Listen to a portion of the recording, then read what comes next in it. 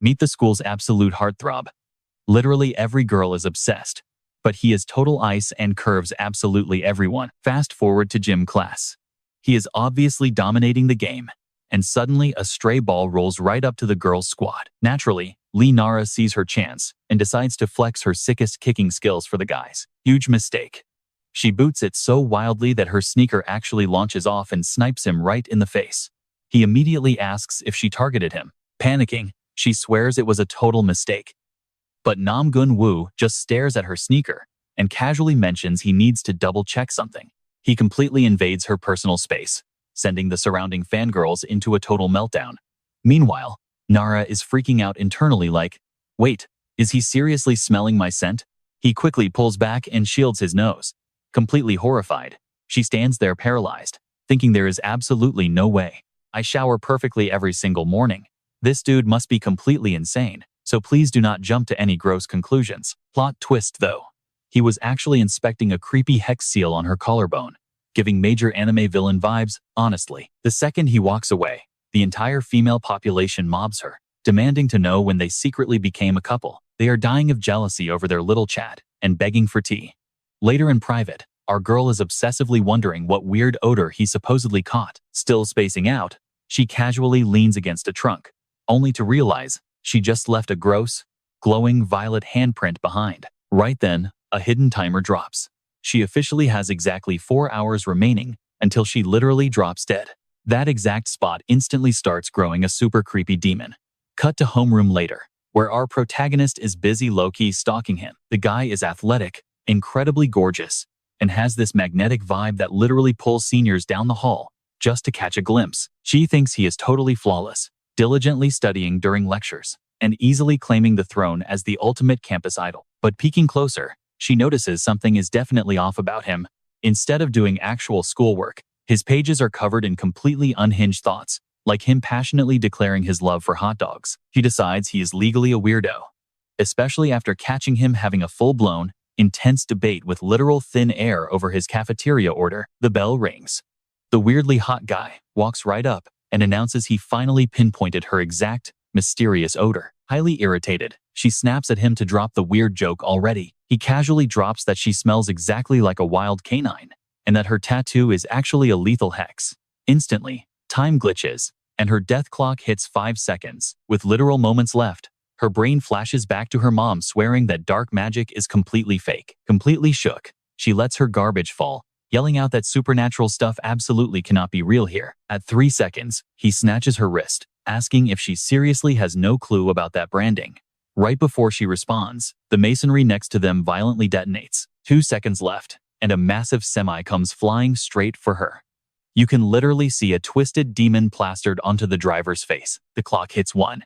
Right as the bumper is about to crush her, the guy violently tackles her to safety, completely sparing her. The vehicle smashes through the concrete, while she tumbles onto the pavement, absolutely frozen, and trying to process the absolute chaos. She passes out almost immediately, triggering an absolutely wild astral projection moment. Staring down at her lifeless self, she genuinely wonders if she is officially dead. While her ghost hovers there, he aggressively smacks her real cheeks, screaming at her to wake up.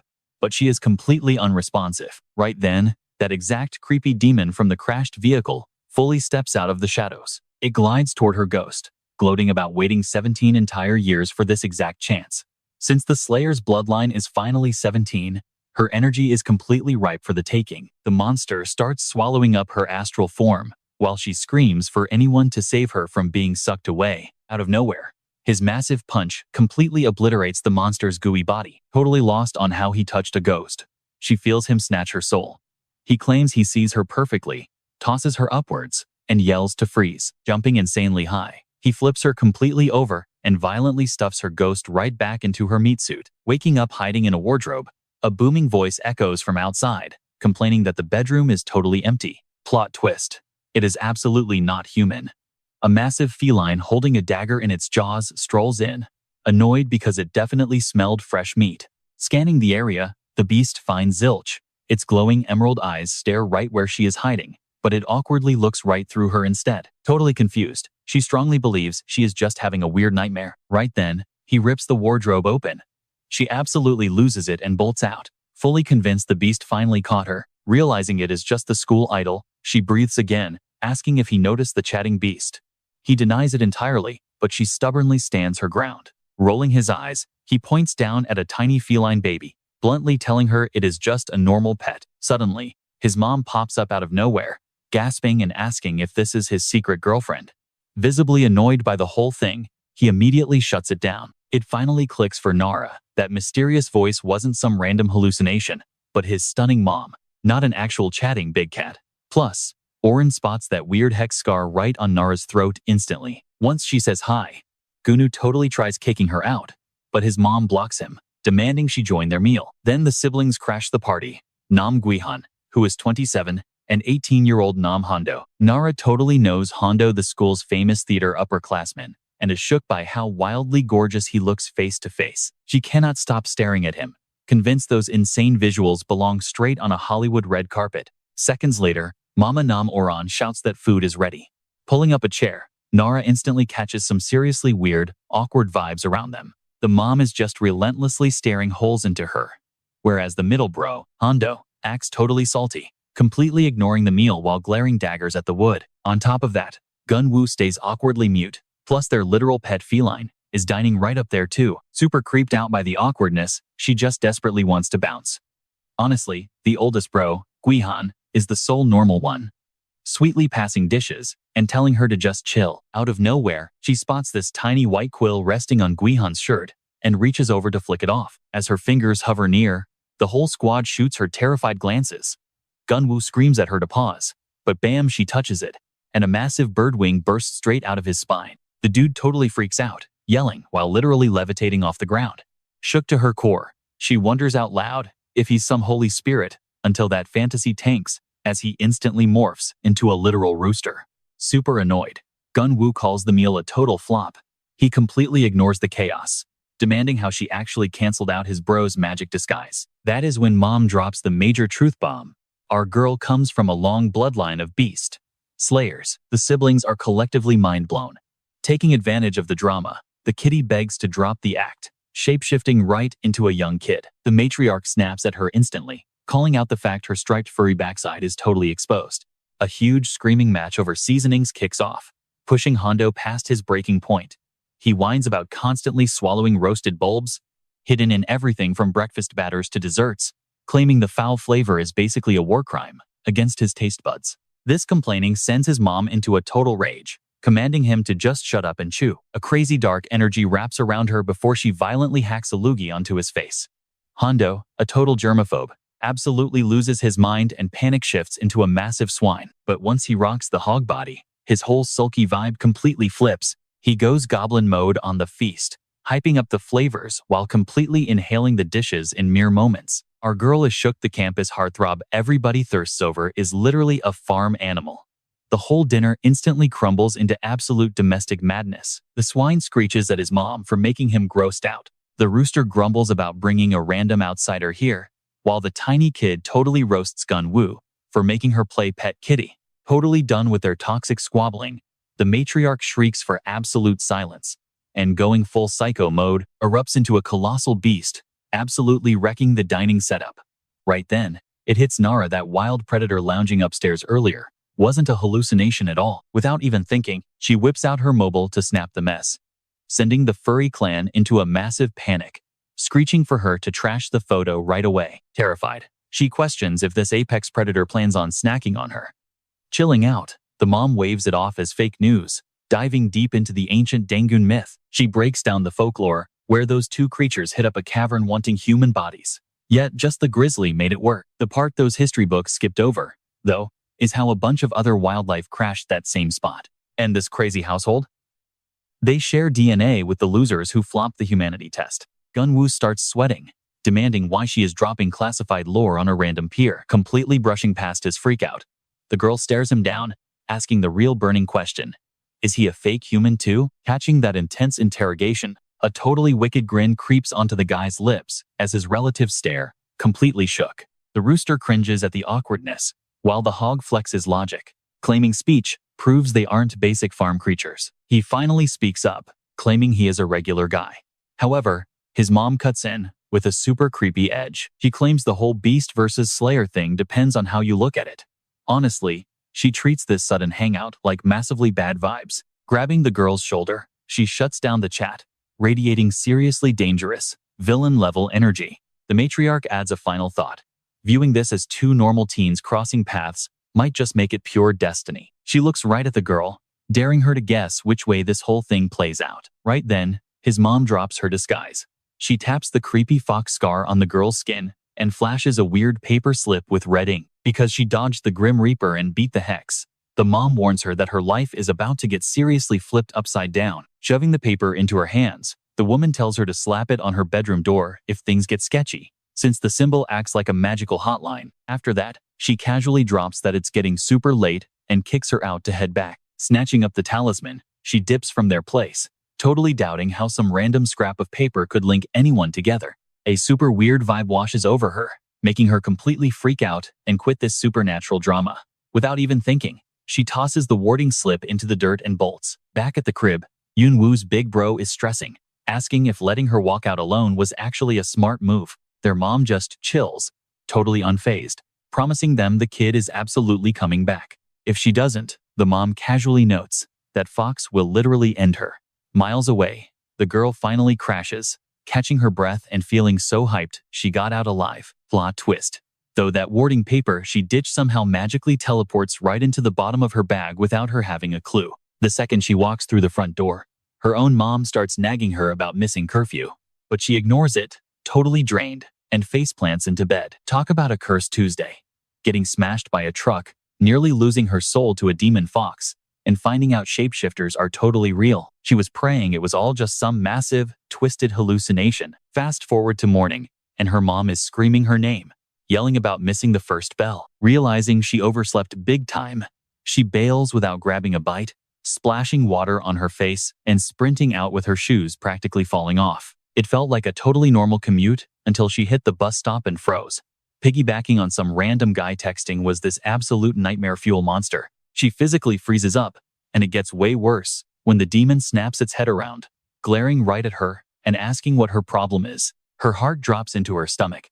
She's literally seeing full-blown spirits in the middle of the morning commute. Figuring out she's the only one witnessing this freak show, she desperately tries acting natural and breaks eye contact. The ghoul isn't letting it go, growling that if she looks at its human again, she'll lose her vision permanently. That's when Yunwoo's warning flashes in her brain. Freaking out, she takes off sprinting, only to notice the whole town is absolutely swarming with phantoms. Her new ghost vision is literally paralyzing her. After what feels like a marathon, she finally hits campus, obsessively checking her shoulder to see if the undead tracked her. Sliding her homeroom door open, she practically stops breathing. The place is packed with phantoms chilling at the desks, and even up at the chalkboard. Every single dead eye locks onto her, demanding to know who she is. Out of nowhere, a friend shouts out, "Lee Nara," and tells her to grab her seat. Terrified, Nara slams the door shut to catch her breath. The exact same hallway and classroom she hits up every single day suddenly felt like an alien dimension. Her basic 17-year-old reality was officially completely shattered. Barely surviving until algebra, she slumps in her chair, but the ghosts swarm her desk, totally roasting her math skills. They keep invading her head, whispering toxic garbage about how she's totally gonna bomb her university apps. One dead builder keeps flexing how he built the campus before biting the dust, while others torment her over her bad grades and that brutal truck crash. The crowd of phantoms just keeps growing, and they start catching on, asking why she's shaking like a leaf. The dead were finally putting it together. The new girl had the sight. Nara fights so hard to play dumb, but she's already straight up crying. Out of nowhere, Nam Gunwoo pushes his chair back and strides right over to her. He plants himself by her table, holding her gaze. Just like that, the entire undead peanut gallery shuts up. With a quick hand flick, he drops some insane magic that banishes the dark vibes, literally shoving the ghosts out into the hall and slamming the door. Once the bell rings, Nara yanks his sleeve, begging for a quick chat. Totally panicked, she points at some phantom lurking under an oak tree. Yunwoo just shrugs, explaining it's only the old cafeteria lady's ghost who's always nagging him to get a snack. He casually shoos her away, yelling back that he's grabbing a salad today instead. Then he points out Mr. Kim, the builder who totally won't shut up about dying while building the gym, and Mr. Park, who basically became the campus guardian angel just because he was obsessed with watching kids study. Gunwoo lays it out. There's an invisible universe layered over ours, and spirits are basically just like us. Some are totally chill, while others are toxic. He gives her a reality check, though, warning that pure evil exists out there, exactly like that demon fox who wanted her soul. Then he pivots, asking if she held on to his mom's charm, admitting he was kinda blown away she'd give away top-tier magic like that. Nara's stomach totally drops. She suddenly remembers tossing that useless paper, realizing she just trashed a legendary artifact. Panicking, she totally lies and says it's chilling safe at home. Nam Gunwoo deadpans that if she actually plans on surviving the week, she better slap that thing on her door immediately. Dreading the moment her mom finds out she trashed the present, she finally heads back to her house. The amazing scent of dinner hits her right at the door, but she figures a quick wash before eating is a good idea. Right in the middle of washing her face, this super creepy voice echoes through the bathroom, whispering about how delicious she smells. A literal demon, totally annoyed by the interruption, she snaps and yells at whoever it is to get out. A minute later, her mom shouts that she is running out for tofu and tells her to watch the stove, while the teenager is still convinced her uncle was the creep in the bathroom. Absolutely fuming, she storms into his bedroom and goes off on him, yelling that he needs to learn how to knock. Her uncle looks totally baffled from his computer desk and frantically slams his monitor shut, terrified she might catch him looking at something sketchy. It is not until she is walking back up the stairs that it clicks.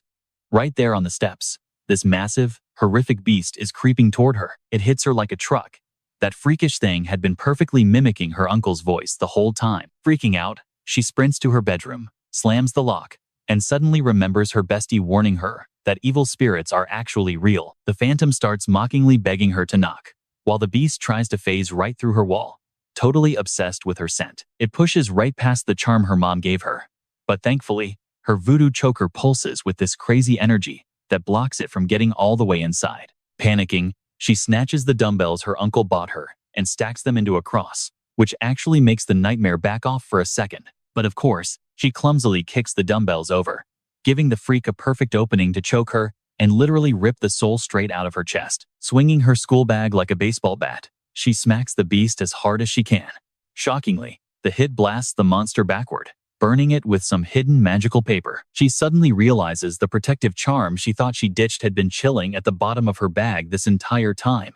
Flashing back to what N told her, she scrambles to slap the spell onto her bedroom door, but her legs totally give out from pure terror. The demon is just so visually horrifying that she is completely frozen in place. Losing her mind, she starts chucking random pens at its face, which obviously does zero damage and just pisses it off even more. Screeching, the beast launches her into the drywall and goes right back to sucking out her spirit. Seconds away from becoming dinner, she notices she is right next to her wardrobe. Refusing to go out as ghost food, she uses every last ounce of strength to slap the magical sticker onto the wood. For a terrifying second, absolutely nothing happens as the freak creeps closer. Then, out of nowhere, the paper lights up like crazy. The wardrobe doors violently burst open, and a random hand reaches out from the dark, snatching the demon by the throat. Thank God, it is Nam Gunwoo stepping out of her clothes rack. He chokes the paralyzed beast while she sobs for help, her spirit literally slipping away. Massive sparks of blue lightning wrap around his fist as he unloads a brutal punch into the abomination, blasting a chunk of its flesh away and making it drop her immediately. The freak quickly grows these gross, tiny baby hands back and lunges for round 2. He casually sidesteps the attack, somehow finding the audacity to ask if she finished her Korean assignment right in the middle of a literal deathmatch. She shrieks to warn him about a sneak attack from the back, but the guy is already 10 steps ahead. Spinning around, he delivers a wildly overpowered lightning hook that drops the phantom straight to the floor. Before the ugly thing can even twitch, he starts stomping on it mercilessly. The beast scrambles up, totally enraged, unhinging a massive jaw to swallow him whole, not even breaking a sweat. The guy charges up his fist one last time and throws a legendary knockout blow, obliterating the nightmare permanently. The demon wails as it literally melts into nothing, releasing a bunch of tiny glowing ghosts from inside its gut. He casually mentions that those floating lights are actually victims eaten by this specific type of fiend called an anongchi. Apparently, whenever a demon snacks on a human, it transforms into one of these things. He scoops the leftover dark energy into a mason jar and slaps a seal on it so it stays gone forever. With the drama officially handled, he just dips back into her wardrobe and casually announces his exit. Totally bewildered, she points toward her actual bedroom door. But by the time she blinks, the dude has vanished. Pushing through her hanging shirts to find him, she trips and magically stumbles right into his personal bedroom at his place. He explains the magical sticker acts as a rabbit hole, linking two random doors together. Right on cue, his mom wanders in, casually asking how his monster hunting went. The poor teenager, Lee Nara, finally just loses it and bursts into tears, sobbing about how traumatizing the whole ordeal was. His mom gently drops the bomb that Nara herself is actually the issue. Her spirit smells like a 5-star meal, constantly attracting these awful things. These creepy fiends just have this never-ending appetite and will literally shred through anything to get a bite. The mom reveals that to these underworld freaks, her life force is basically marked as free game. That is exactly what that weird scar on her throat really means. Starting today, every single demon that catches a whiff of her cursed scent is going to be hunting her down. And the second the legendary fox heals up, it will be coming for her as well. Completely shell-shocked, she begs for a way out, but the mom's response is absolutely ruthless. She's literally running out of time. The poor girl is totally crushed, realizing she'll never experience college parties or even go on a single real date. Finding out her clock stops ticking right after her 17th birthday leaves her completely frozen. But then her mom drops a major lifeline. Gaiwu is stepping up as her bodyguard. The dude looks seriously annoyed about it, but whatever, he caves. He's practically whining to his mom about playing bodyguard, but she points out that weird rabbit den charm totally links their bedrooms together. Catching onto his major attitude, his mom literally shapeshifts into a massive tiger, daring him to talk back. Meanwhile, Lee Nara is just soaking up all these good vibes. She knows Ginwo already kicked that creepy fox to the curb and bagged an Eon Kwai. With him playing defense, she might actually survive this mess. She starts showering him with endless thank yous, but his mom cuts right in, basically dropping the whole nothing in life is free reality check. Lee Nara low-key panics, thinking she has to sell her soul or something, but the actual catch is completely different. To keep her breathing, they need her to track down this super rare Dangon artifact for them. Turns out, her grandma was some legendary fox slayer who got her powers from Dangon's personal thumb ring. That specific jewelry piece is exactly what they're after. Nara is totally lost. She explains her grandma passed away ages ago, and she literally has zero clue about any magical jewelry. But Gunwoo's mom shuts that down, promising that the artifact always senses its rightful heir. Since it's basically sentient, it's bound to show up on her finger eventually. Totally cornered with no other way out, she shakes on it. Chilling in her bedroom later, she stares at an old family pic, seriously questioning who her grandma actually was behind closed doors. Her mom always dodged questions about her, just mentioning she vanished for 6 months every year. Now it totally clicks. She was out there, ghost-busting foxes. While racking her brain about the missing jewelry, she starts getting into her pajamas, but suddenly freezes. The whole magic portal linking her closet to Gunwoo's bedroom flashes in her mind, and the zero privacy situation makes her super uncomfy. The following morning before class, she nearly has a heart attack when Gunwoo just casually strolls out of her wardrobe demanding her Korean notes. He snatches her notebooks and completely dips, leaving her beyond annoyed. She screams at him to knock next time.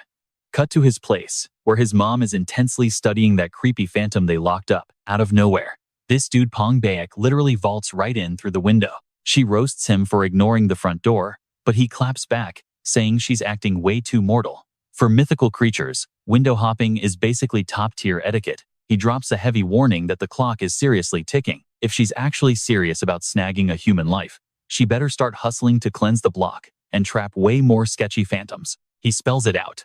Before Danon touches down, they need a massive streak of good karma, or they're permanently stuck in animal mode.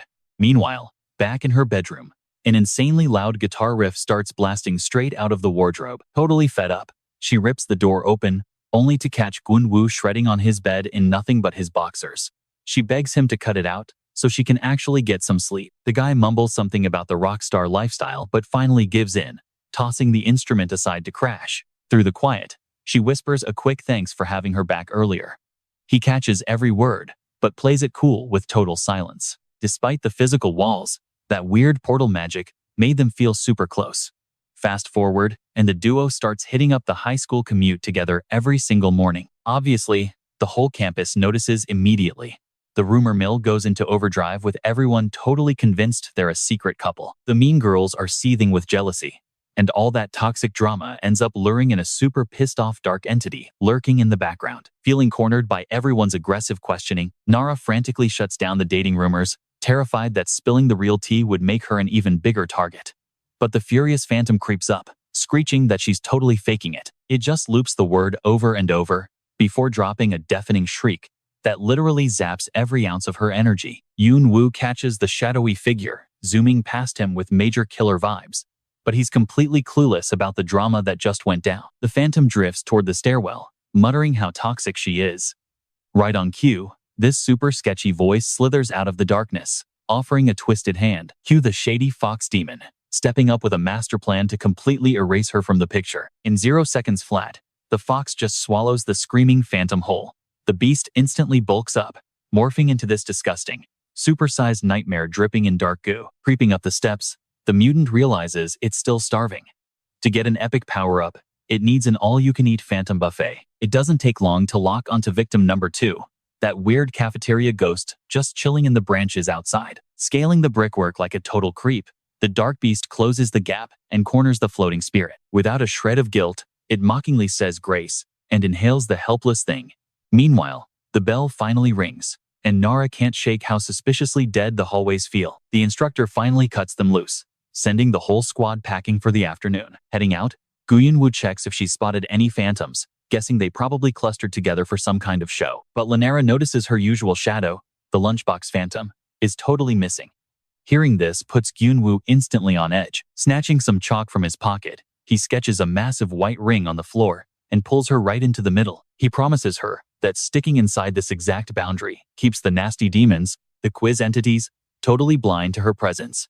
He warns her to stay put no matter what, vowing to scout ahead and return fast. She wonders aloud if things are getting really bad, but he just ghosts her question and darts off to look around. Yoon-woo sneaks into the creepy, unlit wing of the campus, climbing toward the restrooms, where he immediately detects a massive, concealed aura. Shoving a stall door wide open, he discovers every single campus phantom shoved together in a corner, absolutely shaking with terror. When he demands to know what's up, the terrified souls frantically shush him, murmuring that an insanely strong Aonkwi is prowling through the corridors.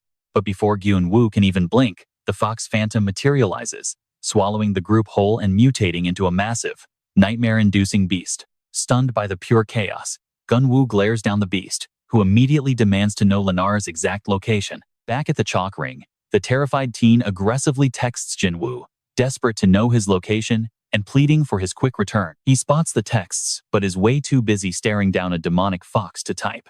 The creature hisses that she tracked the girl's vibe until it randomly disappeared. Watching his phantom buddies get swallowed alive sends Yoon-woo into pure rage mode, triggering an intense aura of raw power around his body. The demonic creature snaps at him for ruining her payback, claiming she literally couldn't care less about any other mortals. She throws out an ultimatum: hand over the teenager's location, and he gets to walk away in one piece. Zero hesitation, Yoon-woo replies by launching a supercharged fist straight into the monster's snout, blasting her backward. While the beast struggles up, Mr. Parka Soul, she just ate, groans loudly about how much that punch stung.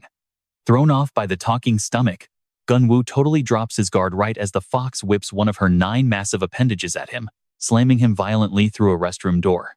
The creature brags that she gobbled the phantoms down so fast they haven't dissolved yet. Absolutely livid, he charges back in, dropping a relentless combo of savage hits straight into the beast's gut. The strikes hit so insanely hard that she literally pukes up Mr. Park's soul, who shouts a quick thanks before dipping out to safety. Totally unbothered, the creature complains that ancient phantoms taste awful anyway. He quickly figures out this isn't some basic demon, since scarfing down that many souls usually drives them totally crazy. Feeling fresh again, the creature gears up for an actual brawl.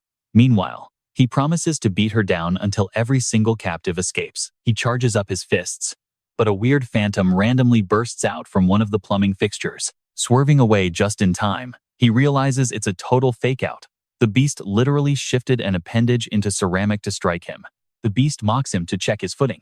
Glancing down, he spots a floor made entirely of razor teeth, jumping away a split second before they snap shut. While midair, he clocks that even the overhead bulbs are completely rigged hazards. Bouncing his sneakers off the roof to drop back down, he barely avoids a bathroom stall that tries to literally chew him up. Figuring out those 9 appendages are faking the whole room, he tunes out the tricks and rushes her, smashing a heavy knee straight into her jaw. He immediately strings that into a brutal downward strike, slamming the creature face first into the tiles. Right as he gears up for the knockout punch, A furry appendage wraps tight around his wrist, completely deadlocking his momentum. Staring at his own limb, he realizes it shifted into a freakish, beastly claw, practically overflowing with raw magic. The creature starts roasting him, asking why a literal monster like him sweats so much over keeping mortals safe. She mocks that, no matter his effort, mortals will absolutely freak out in pure disgust once they see his real face. She adds that his desperate need for their love makes her sick, but he just brushes it off, telling her to mind her own business and pointing out that, unlike her, he doesn't survive by eating people. Snapping his arm back to its human shape, he powers up his knuckles and promises to wreck her. Both of them rush in for the kill, absolute fury burning in their glares. He drops such an insane right hook on her snout that the massive shockwave rings through the entire campus, reaching all the way to the courtyard. Freaked out by that massive boom, she thinks about ditching her safe zone to go peek, though something holds her back. She keeps furiously typing away, totally clueless that he is literally fighting for his survival right now. Out of nowhere, some dude on a bike crashes right into her. It turns out to be Hondo Sunbi, asking why she's hanging around here. During the messy tumble, his tire smudges right through the white outline, breaking the ward and leaving her completely wide open to danger. Out of nowhere, that weird symbol on Lee Nara's neck lights up like a beacon, and bam, the fox knows exactly where she is hiding. The creepy demon finally locks onto its prey, slithering right out of the restroom to hunt her down. Nam Yun-woo totally panics, realizing this monster is making a beeline straight for the poor girl. Blink, and you miss it. This massive, gross sludge monster pops up right in front of Lee Nara, unhinging its giant jaws to eat her alive. Freaking out, she throws her hands up hoping to block the hit.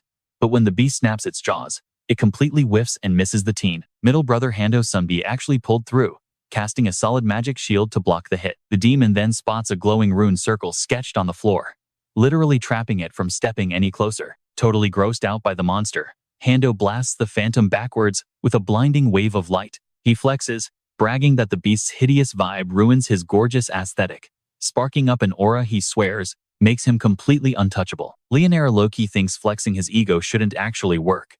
Meanwhile, the totally baffled fox demands to know what kind of hunter he is. Right then, Hondo Sunbi looks down and realizes some of that nasty demon goop actually splashed onto his skin. He's super grossed out, but then things get crazy. His hand literally morphs into a pig's trotter. Totally humiliated by this animal curse, he desperately tries to hide it. Seconds later, Nam Gu-Yun-woo sprints onto the scene, yelling at his sibling to keep Lee Nara safe. The demon just laughs, warning them that no matter how hard they try, that girl belongs to her now. Totally ignoring the monster, Hondo shoves the teen onto his bike and pedals for his life, while Lyra panics, asking if they're really ditching Yun-woo. Hondo yells back that fighting this thing means turning fully into a pig, a gross fate he is avoiding literally at all costs. So he just pedals faster, booking it out of there. But the phantom isn't quitting and sprints right after them. The getaway gets so chaotic that Hondo starts blaming her for the entire disaster. She almost wipes out on a sharp corner, but he snags her necktie just in time. Out of nowhere, the demon phases straight through a brick wall, snapping its jaws to bite them both, nearly swallowing them in its gross sludge. But right at the buzzer, Nam Gun-woo drops in with an epic flying kick, launching the beast backward and saving their lives. Right now, Hondo is completely drenched in demon slime and totally losing his mind because he's about to go full pig in public. Lee Nara even roasts him, saying he's literally expanding by the second. Even the monster figures out he's not normal as his weird animal mutation kicks into overdrive. The younger bro tries stepping in, but Hondo is already pedaling like a maniac while mutating, weaving through traffic and dodging random pedestrians. He narrowly dodges a mom pushing a stroller, completely yanks the handlebars for a crazy drift, and accidentally launches right off a highway bridge, catching massive air before plummeting straight down. They slide down this insanely sketchy, vertical slope, completely wiping out into a massive garbage pile at the bottom. When the dust settles, Hondo is fully a massive pig, still furiously pedaling away. Just then, Nam Gun-woo surfs down that exact same slope to back them up. He squares up right in front of the monster, completely locked in and radiating a terrifying, boss-level energy. The older bro yells to chill out. Jin-woo just looks at the giant pig, asking how far he expects to waddle looking like that, demanding they finally jump the monster together. The beast throws itself forward to obliterate the trio, but the giant pig leverages his chunky new weight to deliver a brutal roundhouse kick straight to its jaw, slamming it down. Catching the opening, Nam Gun-woo charges up his fist, throwing an absolutely devastating punch, fueled by pure soul energy. The strike connects dead center, totally blowing the demon apart and leaving Lee Nara absolutely shook by how overpowered these bros really are. But in its dying moment, the spirit's creepy remains coil around Lee Nara before completely dissolving. The teen instantly blacks out, sending the siblings rushing to her side. Freaking out, the giant pig assumes she is dead, but Nam just tells him to quit being so dramatic, explaining she only passed out because her spirit literally dipped from her body. Now, they are left wondering where her soul actually went. Convinced the demon used some sneaky illusion spell to stash her spirit, Nam just starts wrecking everything in sight. He literally punches a trunk and elbows a street lamp, frantically hunting for her essence, while totally bruising up his own knuckles. Cut to Lee Nara's ghost floating through an endless, pitch-black void, feeling totally empty inside. The ghosts of Mr. Kim, the builder, and that school lady suddenly pop up, screaming at her to book it, but way too fast. A nasty demon tentacle snags her ankle, dragging her straight down into the pitch-black abyss. Terrified, she spots a glowing crack and slips right through, dropping straight into a flashback. There is a guy crying about failing his promise because humanity slaughtered his soulmate and their baby. It instantly clicks. She is watching the beast's tragic backstory and the real reason behind its intense rage. A second later, the vision glitches, dropping her straight into her own family's memory. She gets this crazy vision of her grandma back in the day, munching on fox livers, which totally cursed their whole family tree. But get this, her grandma actually sacrificed herself to save her when she was just an infant. Suddenly, all the puzzle pieces just click for Nara. That nasty mark on her neck she has had forever? Pure fox karma.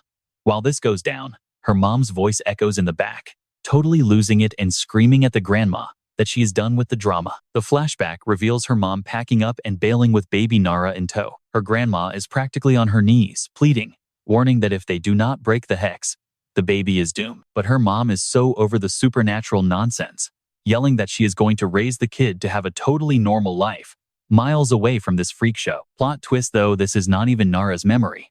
It belongs to the fox. Just then, those gross, sludgy ghost tentacles wrap her up all over again. The spirit drops a bomb, saying it has been chilling inside her for 17 whole years. Watching her live her best, loved-up life made the fox realize its own lost baby could have had that exact same vibe. So the real beef was never actually with Nara. It was just pure grief over its dead pup.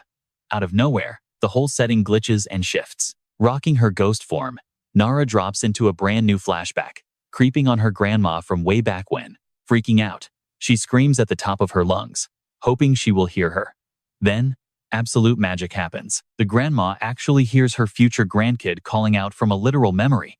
Nara yells that the beast just swallowed her whole and begs for a lifeline. Moving like it is happening right now, her grandma reaches through time and actually grabs her ghost hand. She hypes Nara up, telling her to fight the shadows and totally refuse to let the darkness win. Right then and there, our girl discovers the epic Danon relic ring. This crazy past meets present crossover totally tears a hole in the ghost realm, leaving both Nara and the fox wide open. Nara totally gets why the creature is hurting, but she still calls it out for making her the literal punching bag. Channeling all that ring power, she unleashes a massive hit that obliterates the ghost. A second later, her soul starts getting sucked into nowhere, but Nam catches her hand just in time, snapping her spirit right back to reality. When Nara finally opens her eyes, she notices a bunch of the friendly school ghosts are officially freed. One tiny piece of the beast tries to make a run for it, but Suni, the pig, traps it inside a magical charm bottle, locking it down for good.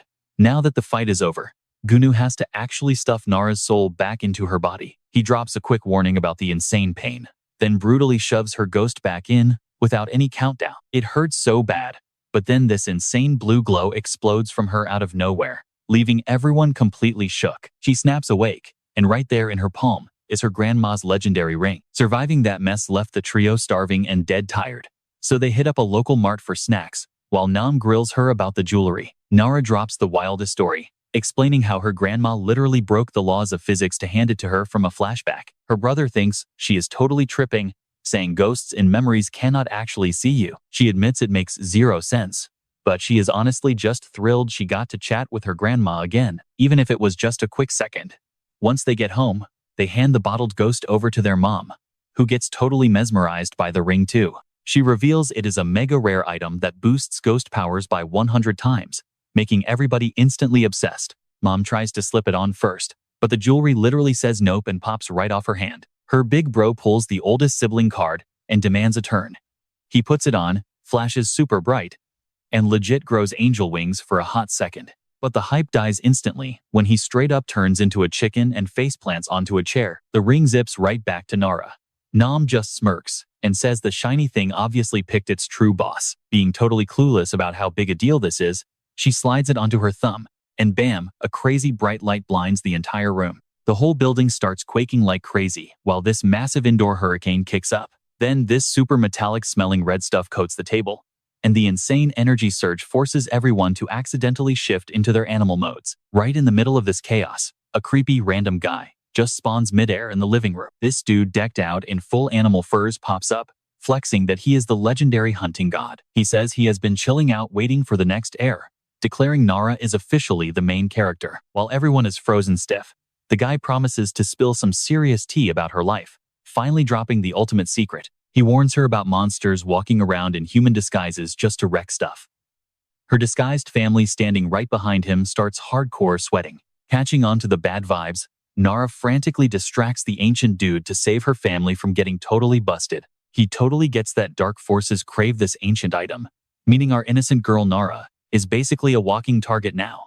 As he dips, the elder drops one final warning: how she uses the item is her call, but she shouldn't trust those monsters. The ancient spirit vanishes into thin air, and literally a second later, her housemates drop the innocent act entirely. Nara is super lost, realizing she just became a monster slayer who refuses to actually slay anything. Cut to the family pet pig, Pungbeek, taking a bath before suddenly shape-shifting into a totally normal dude. Checking himself out in the mirror, he spots a glowing red +1 tattoo proving he is a top-tier entity. Mind blown by seeing such crazy power in the Fox clan, he straight up asks the boss lady how she recruited him. She just brushes it off as confidential. Cut back to homework. Nara tells her bestie Nam Gunwoo her pencil is literally glowing. Messing around, she claims she is full-on magical girl material, ready to blast away demons with her stationery. He just rolls his eyes and tells her to study. Instead, she snaps a scrunchie back and fires the pencil like a missile. The thing blasts through the literal wall, surrounded by crazy aura, zooming past city blocks until it vanishes completely. Completely shook by her own strength, she stands there speechless while her buddy hypes her up to take another shot. Grabbing another scrunchie and flexing that magic ring, she sends a second one flying across the room. Only this round, the flying projectile smacks right into her mom, who just popped out of nowhere. The whole building starts quaking as her mom morphs into a massive, raging tiger threatening to wipe them out. Once the drama chills out and mom turns human again, she realizes the glowing wooden dart is totally gone. She drops the lore that these shots always lock onto dark vibes, meaning Nara desperately needs practice, which gets her overthinking. Wait, if the weapon targets bad guys, why did it snipe her own mom? Flashing back to that rule about trusting monsters, she starts side-eyeing her relatives, sneaking back into her bedroom through the wardrobe that night. Way too drained for schoolwork, she passes out.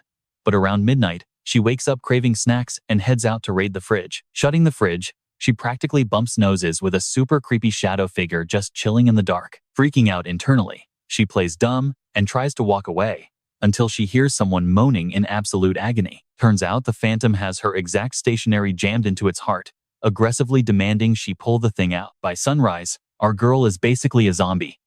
Those creepy phantoms harassed her subconscious so badly she got zero rest. Clicking the pieces together, she realizes recovering that specific item is her only ticket to getting these entities off her back. While walking, it dawns on her that her goofy little trick shot actually nuked a massive hive of poltergeists. The trail drags her straight toward this creepy, busted-up mansion she vaguely recognizes from when she was little. She used to be so terrified she would walk blocks out of her way to avoid it, and even grown-ups steer clear of this spot. Legend says the original owners perished from some weird disease, and lately, local thugs have been using the ruins for shady business. Inside those ruins, Mew is totally roasting his crew, calling them massive chickens, and joking about how they would survive prison. Right as they are talking trash, a guy tells the only girl there to put out her cigarette because the stench is ruining their fits. Plot twist though, literally, nobody in the room had sparked a lighter. This thick, creepy fog starts choking out the space, twisting into a nightmare demon packing a mouthful of fangs. Spotting the literal monster, the gang absolutely loses their minds.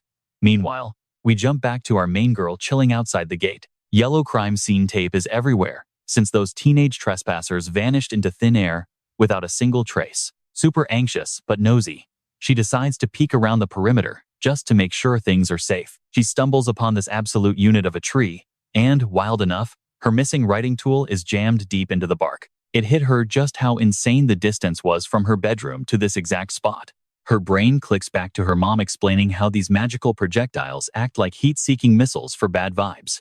The vibe was incredibly toxic, and she knew those nightmare stalkers would never quit unless she yanked that wood from the trunk. Shaking in her boots, she whispers for the entity to show up so she can finally yank the thing out. The phantom completely ghosts her. Realizing she is totally solo, she hypes herself up to trespass and snatch it back super fast. But the exact second she crosses the property line, the ground just crumbles beneath her sneakers, dropping her straight into a pitch-black underground pit. Slamming hard against a parked car, it clicked. She was trapped in some pitch-black parking structure, totally blind and low-key freaking out about finding an exit. Basic logic told her a parking lot definitely had a way out, but this place was massive and like a total maze. Sweeping her phone flashlight around, things started getting super weird. Massive, creepy tree roots were busting right out of the concrete, crawling everywhere. Spotting lit candles meant someone was definitely just here. Then, a sudden noise dropped her stomach to the floor. She absolutely wasn't alone. She spun her flashlight around, catching those 3 missing troublemakers in the beam, plus a whole group of strangers. They were totally zombified, blank-faced and twitching. Cut to somewhere else. This guy, Nam, and her mom were stressing out, totally confused. Neither of them could figure out why her weird curse was still hanging around. They'd already caught the fox, so her mom was frantically guessing where its actual spirit jar got hidden. Down in the dark, she literally stumbled right onto the answer. That massive tree was plastered with magic tags and surrounded by creepy spirit jars. The one sitting dead center? Yeah, that definitely had fox spirit written all over it. Before she could even process this crazy setup, some ghost drifted up behind her, while the mindless crowd started creeping closer. She yelled at them to back off, but they kept coming. Dodging their grabby hands, she shoved her phone away and readied herself for a total beatdown. Right then, that exact same phantom from her nightmares just phased into view, offering her a wild deal. Yank that pencil from the trunk, and he'd guarantee her safety. The phantom even pointed out a makeshift log ladder he'd set up for her. Zero hesitation, she scrambled up that wood like her life depended on it, but the creepy mob swarmed the base, snatching her ankle and desperately trying to drag her back down. Their faces were totally twisted as they clawed at her, but she wasn't having it. She planted a brutal kick straight into a guy's face, sending him tumbling. Shaking them off, she kept scaling the wood, low-key mind-blown that all this absolute chaos was over a regular pencil. Spotting a glimmer above, she stretched her arms up and practically dragged herself out of that pit, landing right beside the roots. Catching her breath with just a couple scrapes, she locked eyes on that weird writing tool jammed into the bark. But the second she reached for it, one of those lost girls popped out of the dirt, latching onto her leg to yank her back under. She clung tight to the bark, suddenly realizing this blonde chick was sobbing uncontrollably. Kicking loose without a clue why the girl was crying, she finally ripped the object out. Instantly, nasty black goop started bleeding from the wood. Turns out, it had literally skewered this tiny, super gross bug demon thing, and it instantly evaporated.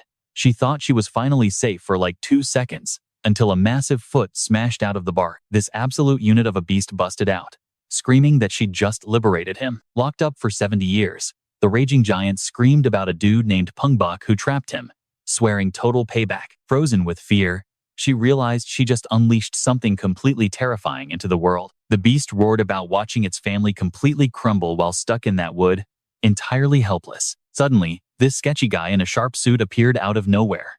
The beast spotted him and roared at him to descend. It was the guy himself. Teleporting right in, the suit muttered that the lock was supposed to be permanent. Ignoring him, the giant just rushed in swinging, but the guy glitched out of reality, popping up midair to dropkick the massive beast straight into the dirt. He coolly demanded to know who messed with the magic lock. Meanwhile, she casually hid the writing tool, acting completely innocent.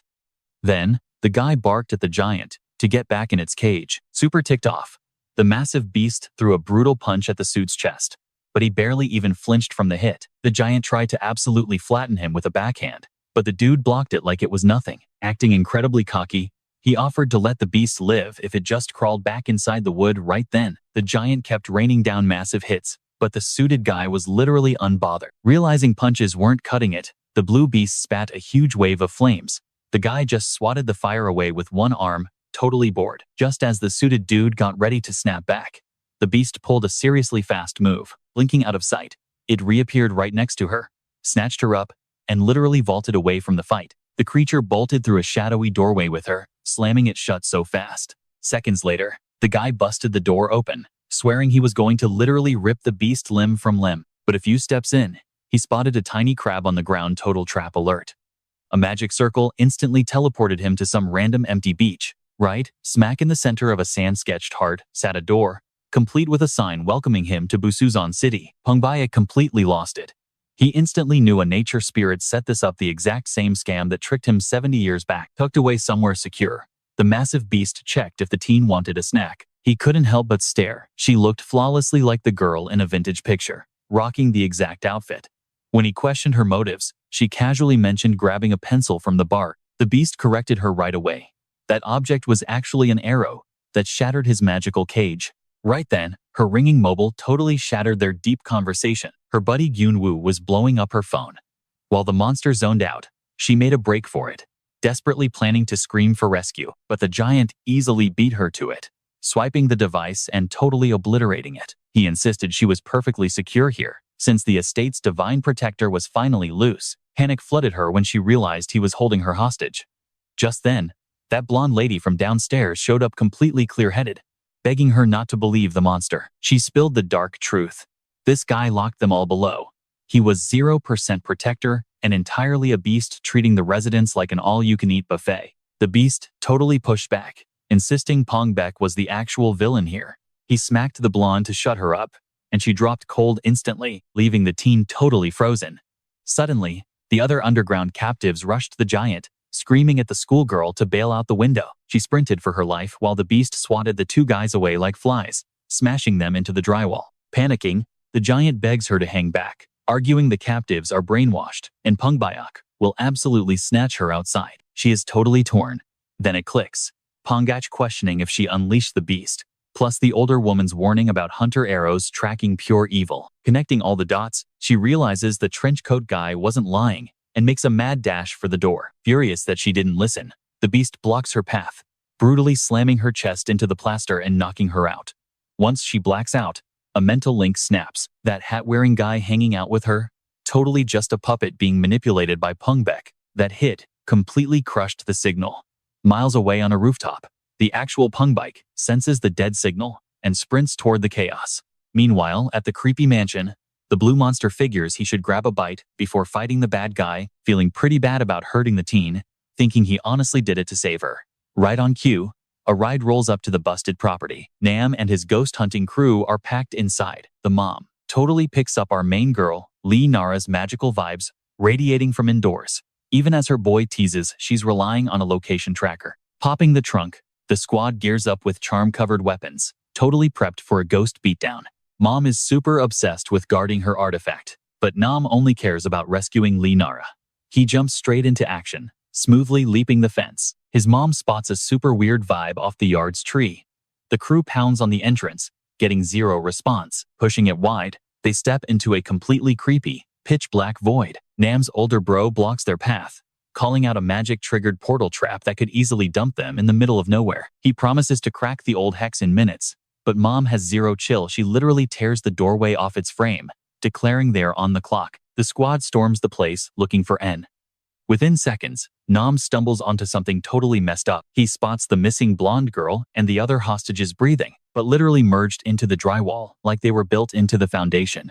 The whole gang completely freaks out seeing human bodies stuck inside the architecture. The mom immediately orders her oldest kid to break the spell. He warns that busting vintage magic takes major time, yet he starts grinding away to bust them out anyway. Gyunwoo totally lacks patience and ditches the group's warnings, hunting for Lee Nara solo. Catching sounds behind a panel, he figures she's trapped inside. Nudging it slightly ajar, he catches a blue giant facing away, totally using the portal charm to swipe groceries straight from a convenience store. Seconds later, his squad rolls up and spots the beast Tuadoki, basically an elemental ghost. The creature catches their vibe, but misses the jump. Gungwoo rushes in, swinging his magic-laced baseball bat. He totally clocks the beast's skull and screams, demanding to know where Nar is. Shrugging off the hit, the giant just casually questions his identity. Gunwoo swings again, furiously ordering him to hand over his bestie. Super irritated, the beast instantly hurls insults at the kid. Frantic to find Nara, Gunwoo punches the bad guy in the gut, and amps up his bat with literal lightning for a supercharged hit. Crazy enough, the beast totally shrugs off the massive shock. The blue freak claps right back, throwing out a rapid-fire combo of wild jabs. A single solid strike catches Gunwoo's arm, launching him straight through the air and smashing into a wall. Battered up, it hits him hard. This dude is way out of his league. This weird-natured dude was literally just snacking and got super salty about the interruption. Just as he winds up to finish Gunwoo off, Mom steps up and absolutely decks the beast with a legendary backhand. That single smack packs so much insane power, it blasts the monster across the entire room, leaving him totally wrecked and basically one-shot. Then, the boss lady casually demands to know where the holy artifact is hiding. Spinning from the hit, the blue guy groans, wondering what just got him. Meanwhile, Mom orders Gunwoo and Hondo to go hunt down Nara, while she and her oldest boy handle this giant freak. Seriously, just a second later, though, she completely flips the script, telling her older son to back off too. She claims she needs a good warm-up since she hasn't thrown hands in forever. The creature clocks that her insane strength is totally physical, not magic, and questions her connection to Pungbeek. He figures a powerhouse like her has to be one of his loyal minions. That comment seriously ticks her off. She snaps back that they are strictly equals working together, not boss and servant. Totally triggered just by hearing that name, the ogre screams that she's a lackey and blindly charges right at her. He throws a massive hook, but she casually catches his fist with her bare hand. He swings with his left, and as they lock up, the brutal truth clicks for him. She isn't using an ounce of magic, she is just insanely, physically shredded. Refusing to take the L, they lock into this crazy shoving match.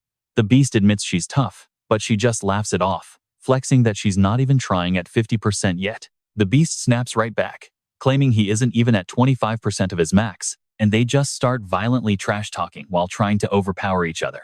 Slowly but surely, the boss lady totally overtakes him, literally driving the dude deep into the dirt. Panicking, he screams, asking what kind of freak she actually is. Her only answer is a devastating straight punch to his jaw, instantly shutting the whole thing down. While that wild brawl goes down, Hondo, Sunbae, and Gunwoo sprint up the stairs, desperately trying to track down Nara. They quickly realize the whole floor is totally gross, caked in grime, and basically falling apart at the seams. Gunwoo screams her name on repeat until a muffled sound echoes from a random room. Busting the door open, they spot the poor girl tied up and dumped on the bare floor. But here is the wildest part. She is completely knocked out, dead to the world and literally snoring loud. They are completely mind-blown that anyone could snooze through this absolute chaos. After giving her a good shake, Gunwoo's shouting finally snaps her awake. He frantically checks if she is hurt while ripping off her restraints. He demands to know why she totally ghosted his calls. But instead of answering, Nara just throws her arms around him, crying that she was super traumatized and just needed to sleep it off. Right then, it hits Gunwoo like a truck. His bestie is mixed up in some seriously deadly supernatural drama.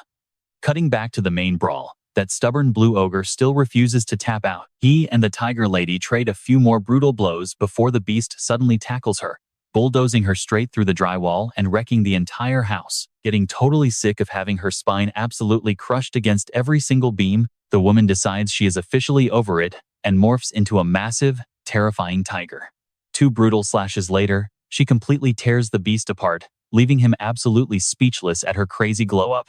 The sheer shockwave from their throwdown makes the whole building shake like crazy, and suddenly, the roof right over Gunwoo and Nara literally caves in. Plunging through the crumbling floorboards, Gunwoo tightly grabs Nara, and by some massive miracle, they crash land onto a mattress that totally saves their lives. In seconds, the whole squad ends up grouped together in this weird basement setup. Checking out their new surroundings, they notice they're trapped in this creepy, shady zone stacked high with tons of locked, hollow jars. The boss mom furiously demands the ogre to spill the tea on this creepy stash. He casually drops the bomb that this entire basement is literally a supernatural jail and pantry built by Pungbeek. Apparently, the guy used to trap wild ghosts in here, forcing them into a literal battle royale where they had to cannibalize each other just to survive. Then, Pungbeek would just casually snack on the absolute champion. Mom calls total cap on this, swearing her old friend would never pull something that twisted. She constantly remembers his sweet pep talks, pushing her to cleanse the planet so she could finally turn into a real human one day. But the blue dude doubles down, claiming Pungbeek is literally rotting away and has turned into a hollow parasite. eating those lesser ghosts just to cheat death. Talk about perfect timing. Pungbeek himself literally manifests right in the middle of their group out of nowhere. Finishing his rant, the ogre claims that binging on all those souls has basically mutated Pungbeek into a totally corrupted, monstrous fiend. For actual decades, he gave his everything to rescue humanity, but the universe just rewarded him with a death sentence. Honestly, the idea of just fading into nothing totally wrecked him. Freaking out, he practically begged the high-up gods to bail him out, but they left him completely on red, which triggered his ultimate villain era. Pushing to survive at all costs, he experimented with literally everything. One random day, he just downed a ghost like a protein shake and was totally blown away by the energy boost. It clicked that he could actually stay alive and cure his sickness without having to grovel to any silent deities or embarrass himself anymore. Finding this cheat code felt incredibly freeing at first, but what started as a tiny taste quickly spiraled into a hardcore, terrifying addiction. Pungbeek fell deep into this toxic obsession. He stuffed himself with souls, suffering intense withdrawals that left him starving for another hit. The desperate craving morphed into such blinding agony he practically lost his mind. Completely out of his head, he wandered into a backyard and found a wildly ancient tree. The branches were practically bursting with dark energy, hoarded by a goblin for 300 years to keep its bloodline safe. Not even hesitating, Pungbeek trapped the tree's guardian spirit. Then, just like picking ripe apples, he absolutely binged on the vintage souls. Fast forward to now, the villain is ready to wrap this up, but the goblin family's boss lady steps up. She is totally shocked to actually lock eyes with the backstabber. Sarcastically, she wonders if he liked the demonic energy she had trapped, and he swiped. He just smirks, bragging that turning down a free meal would be stupid. He brutally mocks them, saying they begged on their knees for humanity, while he just gave them the exact animal treatment they deserved. His arrogant vibe completely triggers the matriarch, and even little N is furious. The villain then drops his twisted master plan. In his twisted mind, tossing garbage out is totally normal. He had soaked up plenty of dark vibes and stockpiled a massive stash. With the tree drained and the family useless to him, it was garbage day. Right then, the guardian entity's physical form, the tree itself, sparks up with bright sapphire fire. Minutes later, the whole building goes up in flames, locking the brothers and sisters inside. He tells them to enjoy roasting to death and attempts to vanish. However, the oldest brother has crazy reflexes, locking the bad guy down with glowing red chains before he can dip. Then, the mom charges in for a wild strike, but his soul-stuffed armor totally tanks the hit without a scratch. The traitor morphs into this freaky half-guy, half-demon hybrid, screaming insults at the bloodline, promising to personally butcher the animals. He flexes his dark snake spells, and toxic mud claws slam the mom and her oldest boy right into the drywall. Just when things look totally hopeless, the dying guardian uses its absolute final spark to grab the traitor, hoping to drag him into the fire. Meanwhile, Nom, the massive sapphire demon, totally snaps and blitzes the enemy with a crazy combo of heavy hits. The bad guy breaks loose, chokes Nom out, and mocks him for not understanding real betrayal. Jian Wu cuts in though, hitting a nerve by guessing the villain was probably dumped like trash by someone else too. The second he hears that, the monster totally chokes, giving Nom the perfect window to rip himself free. Right on cue, a glowing neon bolt slams straight into the enemy's heart. Nara, totally MacGyvered, firing a makeshift dart using just a graphite pencil, a scrunchie, and some jewelry. Seconds later, Jian Wu exploits the distraction and delivers a crazy supercharged lightning hook directly to his ribcage. The blow is so devastating that every single demon he swallowed gets blasted out of him, melting into the pavement. Stripped of his dark battery, the traitor is completely helpless.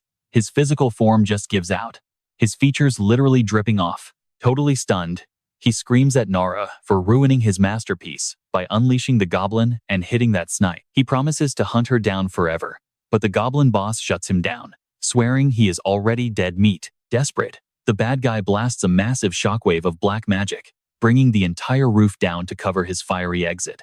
Now, the squad has to somehow survive the crumbling mansion. Hondo spots a lucky way out a fridge slapped with a magic escape sticker, but that hype dies instantly when a huge chunk of ceiling crushes their getaway path. With their last door wrecked, total panic hits the crew. Their one backup plan, the doorway the villain walked through, is a total inferno. They are basically doomed. Out of nowhere, the charred timber starts shifting around, exposing a secret hatch buried under the rubble. Slapped right on it is another magical teleport tag, a literal lifeline. The massive roots pry the hatch open, serving as a huge neon arrow pointing out. This was the ultimate sacrifice from the goblin entity that kept this turf safe. Nara figures out he is burning his absolute final HP just to bail them out, begging him to tag along with them. But the Guardian lays down the harsh truth. His life force is locked to the timber. With it gone, he is finished too. He feels super guilty for failing to shield his territory and the bloodline inside. Still, as a divine protector, he is going out keeping his final VIP safe, which means keeping Nara alive, whispering his final goodbyes. The mystical being starts totally glitching out of existence. Nara is totally heartbroken over his tragic exit.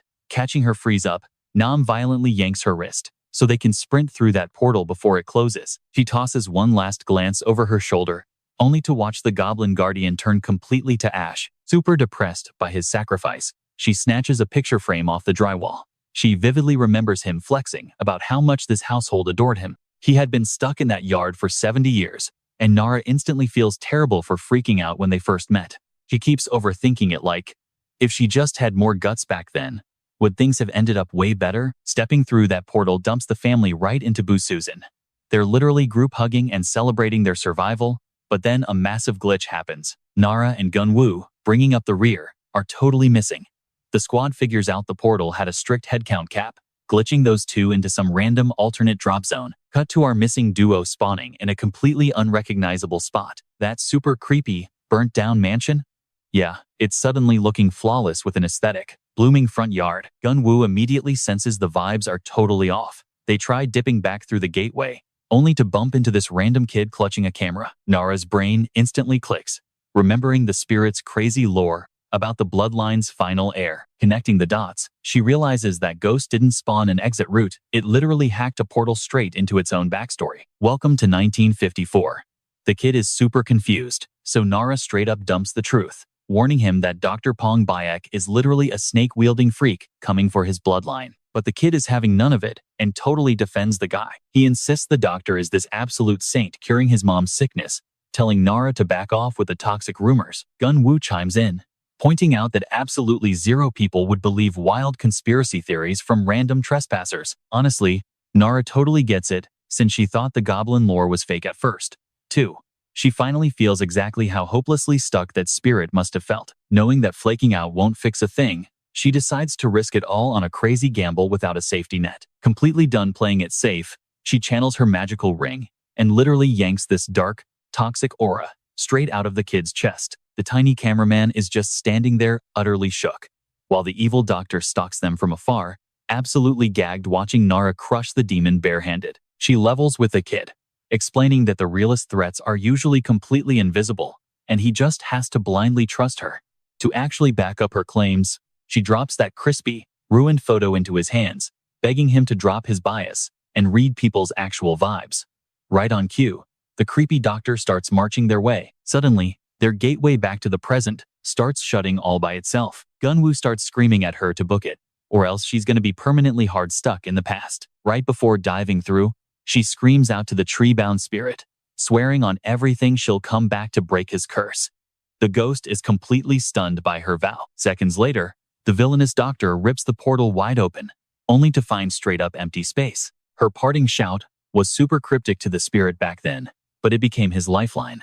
Hard locked inside that bark, he survived just by spectating the kid's wholesome family life through the glass. That kid, Gunho, he seriously leveled up into an insane photographer, constantly capturing the outside world just so his homebound mom could experience it. He'd bring her snapshots of blooming gardens and random smiling strangers, which literally made her entire day, every single day. He glow-upped into a seriously amazing guy, but the good vibes crashed fast.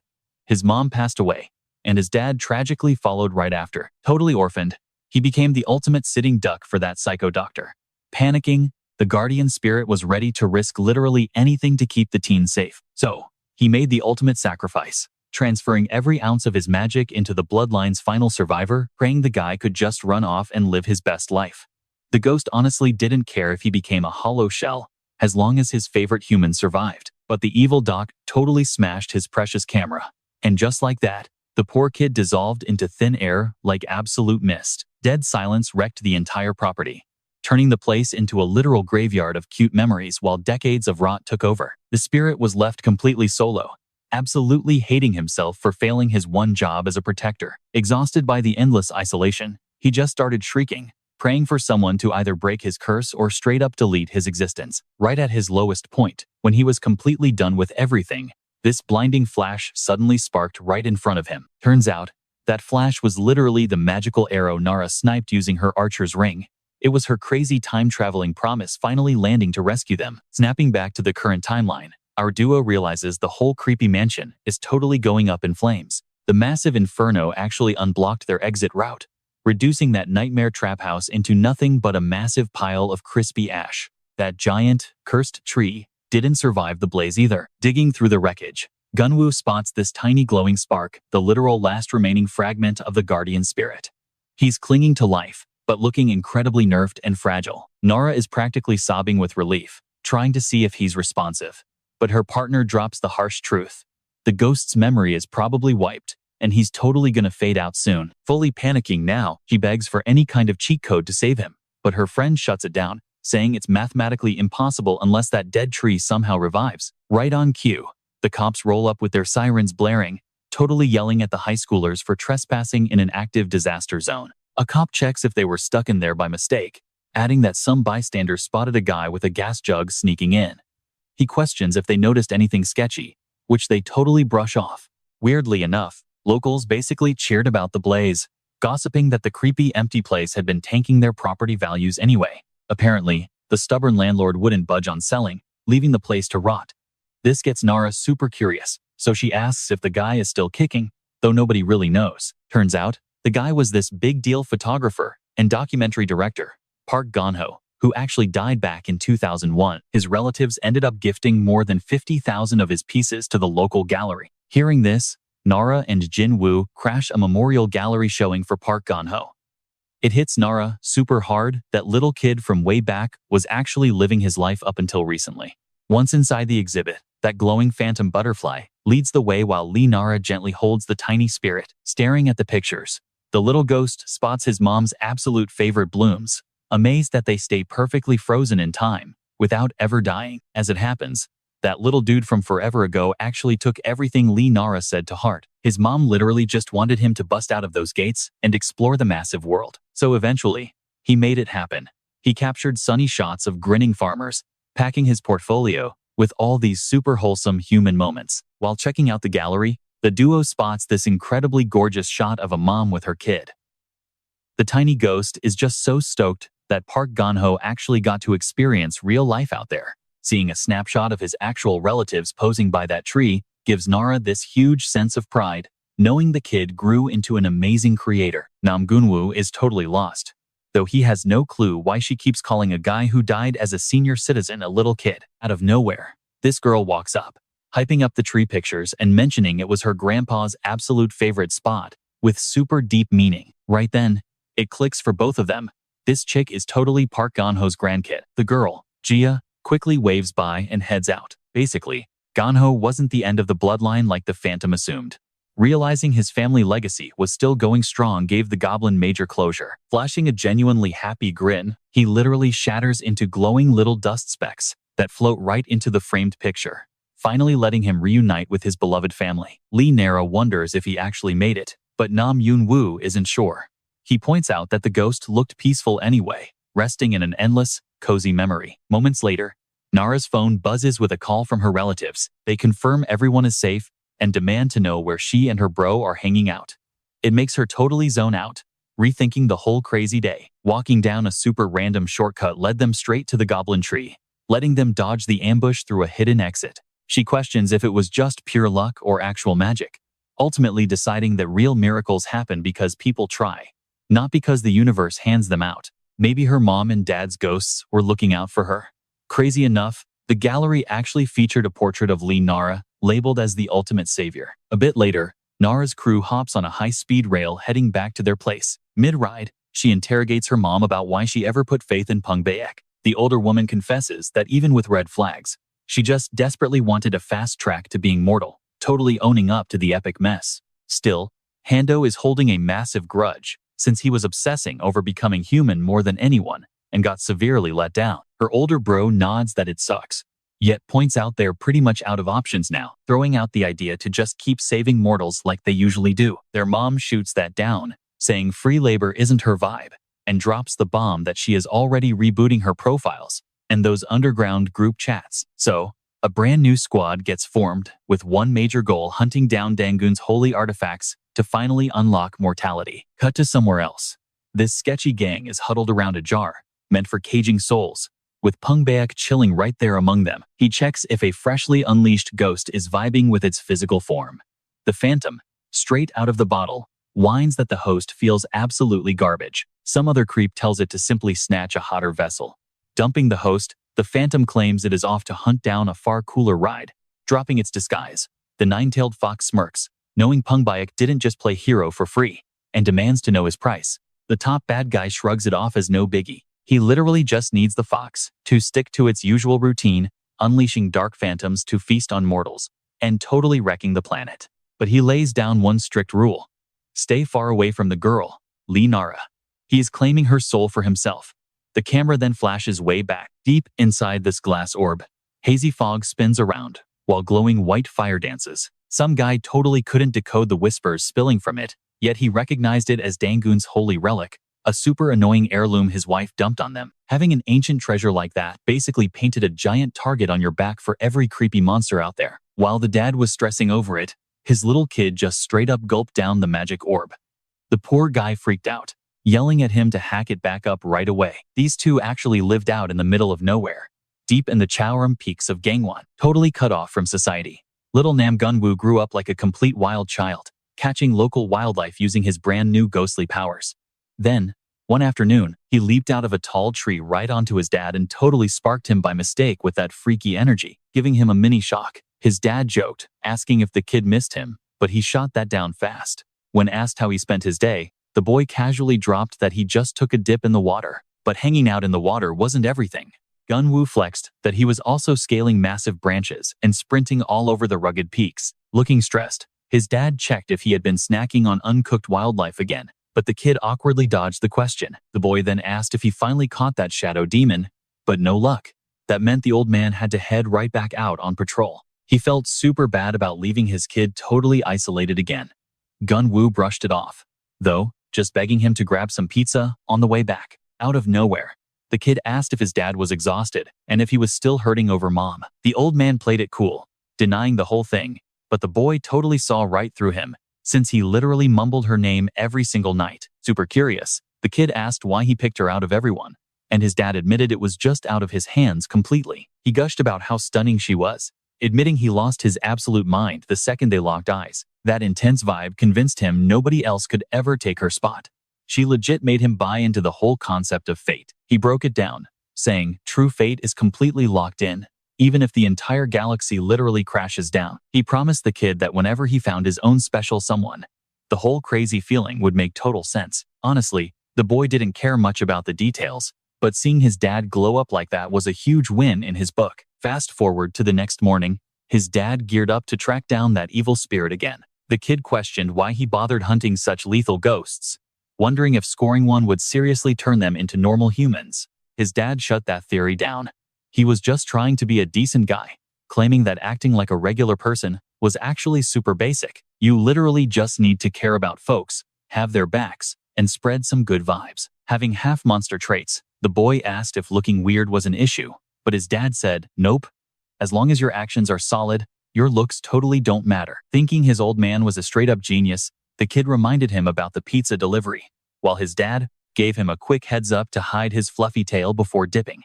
Flying solo, the kid committed to acting totally normal, just following the advice. He started tossing snacks to the local squirrels and bunnies, fully convinced this was top-tier community service. He planned to keep up the good guy routine, but the sun kept setting, and his old man was nowhere in sight. The deal was a 3-day trip. Sure, the guy usually dragged his feet, but this delay felt incredibly off. By night 5, a total stranger rolled up.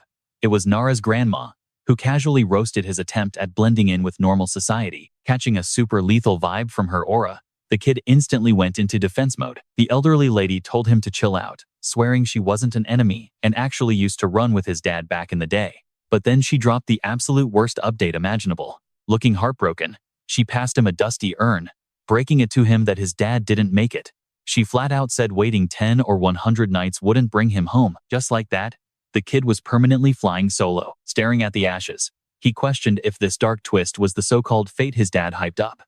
Meanwhile, the grandma offered him a roof over his head. When the boy asked why she even cared, she hit back saying his old man never needed a reason to save folks either. She checked his name, explaining his dad literally called him Nam Gun Woo to inspire him to be a hero for others. Snapping back to reality, Nara catches him zoning out and asks what's renting space in his head. He just brushes it off, saying he was taking a quick trip down memory lane. Right on cue, a massive bus almost flattens her, but the guy flash steps to grab her, totally flexing his hero reflexes. She teases him for being super sweet lately, which is a massive upgrade from the moody jerk he used to play. He totally knows he's only acting soft, because she happens to be related to the legend who rescued him back then. Cut to somewhere shady, where 3 literal rat monsters are plotting.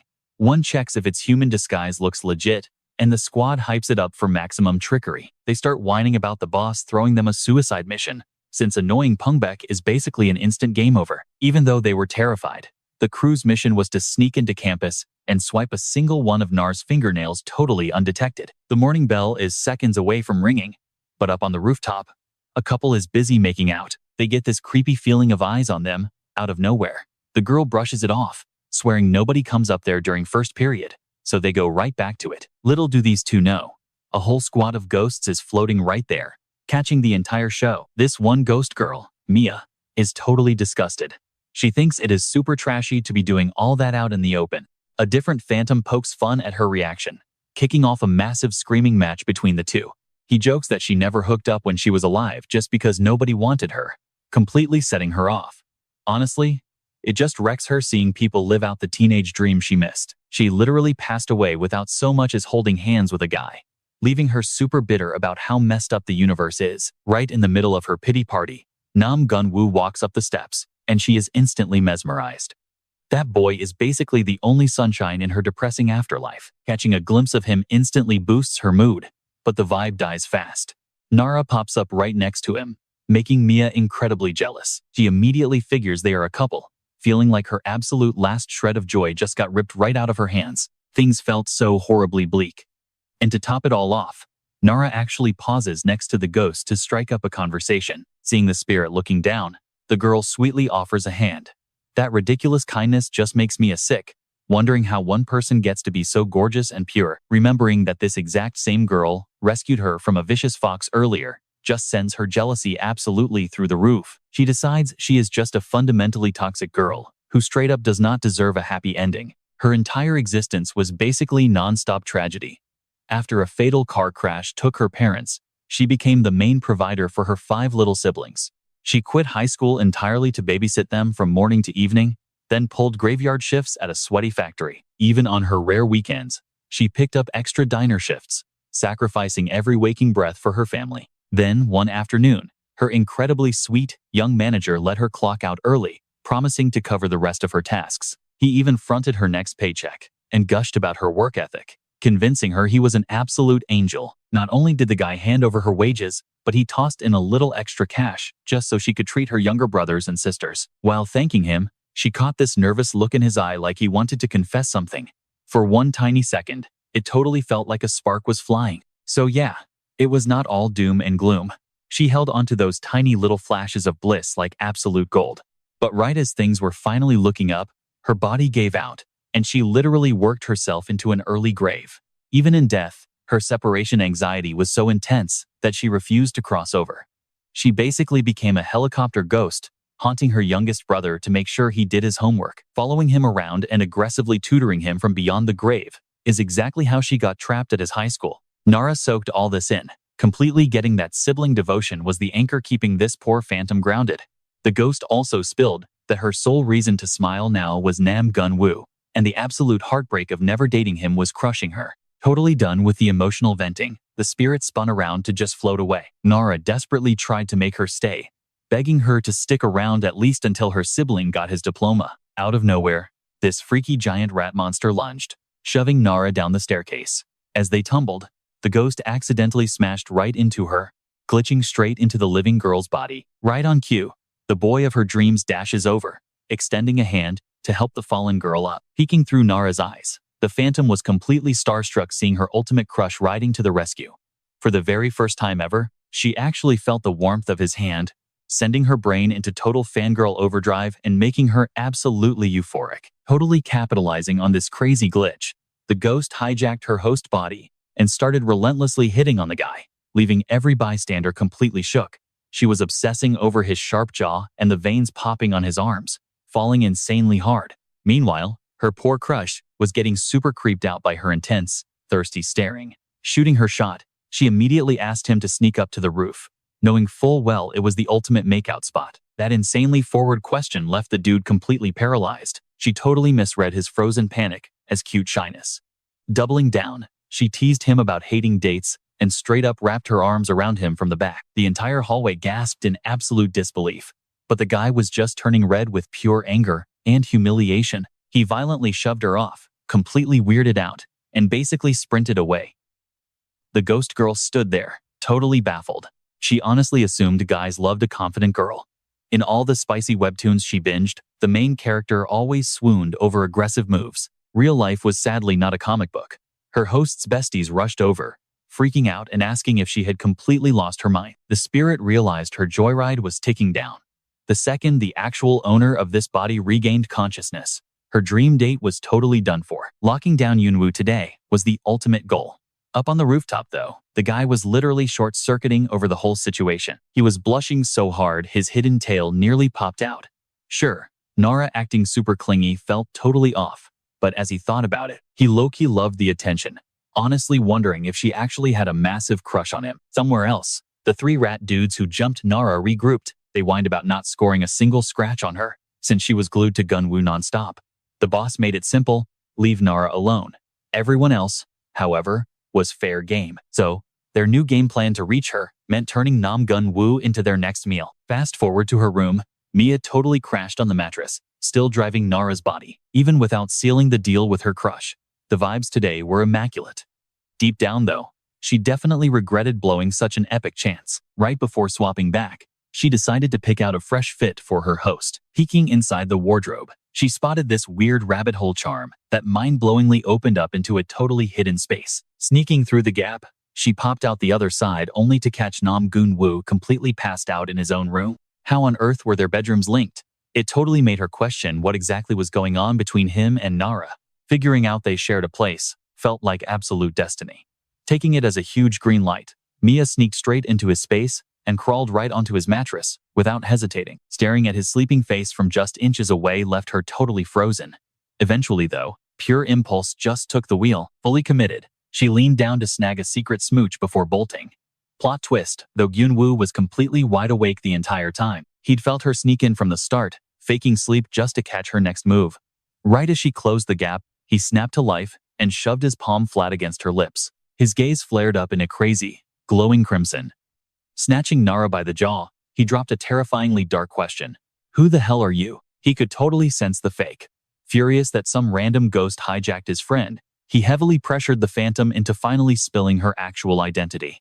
He basically swore to completely obliterate her soul, unless she evacuated the host immediately. Freaking out, Mia screamed that attacking her would completely wreck Nara too. With zero cares given, he unleashed a massive shockwave that forcefully ripped the ghost right out of her. Looking absolutely mortified, the phantom mumbled a quick apology and desperately tried to bolt. Gyunwoo screamed at her to freeze, but she was way too terrified and literally vanished into thin air mid-sprint. He was obviously fuming, but maybe just because it wasn't the real N. If it was actually her, things probably would have played out way differently. Right then, Gunwoo shakes Lee Nara, but she's out cold. Looking closer, he realizes her face is normal, meaning that freaky ghost is finally gone. Meanwhile, Nara is chilling in some weird spiritual dimension, feeling super cozy like she's wrapped in the fluffiest blanket ever. Right amidst that peaceful vibe, she suddenly hears a random voice shouting the name Munchie. Next thing she knows, she snaps back to reality in her own bed, completely blanking on literally everything from yesterday. Not long after, she discovers Mia's ghost totally hijacked her body to flirt with Gyunwoo, leaving her absolutely traumatized. Mia frantically apologizes, swearing she'll never pull that stunt again. Mortified, Nar asks if they hooked up, but Gunwoo swears nothing happened. Even so, Nar straight up refuses to let the ghost off the hook easily. That's when Yongwoo jumps in, declaring he won't let a body-snatching spirit roam freely. He insists on sending her into the afterlife. Mia completely shuts that down, crying that she must stick around to watch her little brother grow up. Lee Nara actually defends the ghost, arguing Mia was just stressing over her brother after a super rough life raising her siblings solo. Nam Yoon-woo is 0% sympathetic, though. In his eyes, her actions were totally messed up, regardless of her tragic backstory. He spells it out. The issue wasn't just a random kiss, but the fact that he absolutely never consented to it. Out of nowhere, they spot an intense screaming match going down between an old dude and a student right outside. Turns out, the principal is chewing out Kim Sayaku for vaping. Right then, Mia gasps, claiming the teen is her precious little brother. Furious at the kid's toxic attitude, and totally triggered that he disrespects his dead sister's massive sacrifices, Nara stomps over and aggressively smacks the smoke away, stunning everyone. She calls Kim Suk a loser, yelling that his sister constantly stresses over him. Hearing a stranger mention his late sister actually makes the teen tear up, but then, the ghost awkwardly points at the boomer principal, clarifying that the old man is actually her real baby brother. Nara instantly dies of cringe for causing a massive scene over the wrong guy. Mia was just stressed that the principal dresses terribly and is balding. The principal gets super deep, saying he still senses his sister's vibe, and her spirit literally motivated him to raise the kids and start a family. Right after that, everybody breathes a massive sigh of relief, realizing her bro turned out to be a solid dude, so the whole drama just fades away. A bit later, Gun-woo catches Nara snoozing. He debates carrying her to bed but just flops down right next to her instead. He pauses, almost grabbing her hand, but totally chickens out. Meanwhile, our sleeping beauty keeps mumbling the name Munchie on repeat. While she's knocked out, this crazy backstory kicks off. We're talking about the infamous rat utopia experiment. The whole point was building an absolute paradise for rodents. But once it got too crowded, these critters started acting completely unhinged. The alpha rodents hoarded everything while the runts got totally shut out. Exhausted by the hustle, they went savage, and their whole mini-society shattered. Even after their numbers dropped back down, and the living conditions got super chill again, the remaining survivors were wildly selfish, giving zero stops about anyone else. They actually had to pull the plug on the study before everyone wiped each other out. But the takeaway was painfully obvious. That toxic competitive vibe perfectly sets the stage for the drama about to drop in Nara's homeroom. She gets her exam back and totally panics over a pathetic 40 out of 100, especially since her besties basically aced it. Nara is absolutely crushed. She feels like the ultimate loser, low-key freaking out about whether a trash grade like this will tank her college dreams entirely. Out of nowhere, she overhears her squad totally dragging her, whispering about how she's just a massive slacker. When Nara steps up to them, they play dumb. But then they snap their heads back with glowing crimson eyes, brutally roasting her and swearing she's just bottom-tier trash. Suddenly, this creepy rat dude drops in, declaring that a brand new trial is kicking off. The whole campus blacks out, and a glowing number 1 stamps itself onto Nara's back. A fresh message scribbled on the chalkboard drops the ultimate nightmare. They are now playing Deadly Hide and Seek with a literal psycho. Nam Gun-woo pops up rocking a number 2, totally lost in the pitch-black room. Nara's 2 fake friends, branded with 3 and 4, think this is some immersive haunted house attraction. Peeking out the window, they finally realize they are trapped inside this massive, endless concrete jungle. The girls quickly spot a guy and rush over for directions. Plot twist. He's an absolute freak show, clutching a hatchet, rocking bug eyes and nasty, jagged teeth. The slasher taunts them to go find a good hiding spot before charging, sending the duo sprinting for their lives in pure terror. On the flip side, Gun-woo is boxed in by 3 giant mutant rodents craving a snack. With zero hesitation, he goes entirely on the offensive. He throws an absolutely massive right hook, instantly folding the first freak. Slipping past the second beast, he launches it backward like a ragdoll, bowling over the third target too. Under a minute later, the whole trio is eating dirt. Gun-woo gives them a brutal death glare. But right then, the trashed mutant starts screaming for some heavyweight boss called the Tattered One. Realizing Nam Gun-woo is insanely overpowered, the remaining rat freaks shriek that he needs to be eaten right away before he wipes them all out. Right on cue, this colossal, Frankenstein-looking abomination crashes the party. This patchwork horror actually thanks them for the snack, and while Gun-woo watches in pure disgust, it straight up swallows one of its own rodent buddies whole. Not missing a beat, Gun-woo blasts a glowing energy strike right into its gut.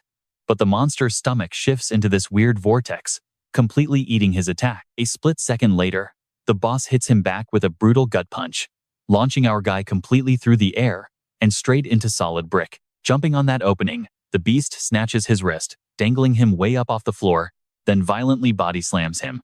It creeps its jaw open, asking if he's ever tasted death before. But Gunwoo just smirks, daring the freak to try taking a bite. As soon as the mutant hinges its jaws open, he drives a massive, lightning-charged fist straight down its disgusting windpipe. The strike absolutely nukes the beast from the inside out. It bursts at the seams, vomiting out literal thousands of squirming rats. With that handled, Gunwoo finally catches his breath.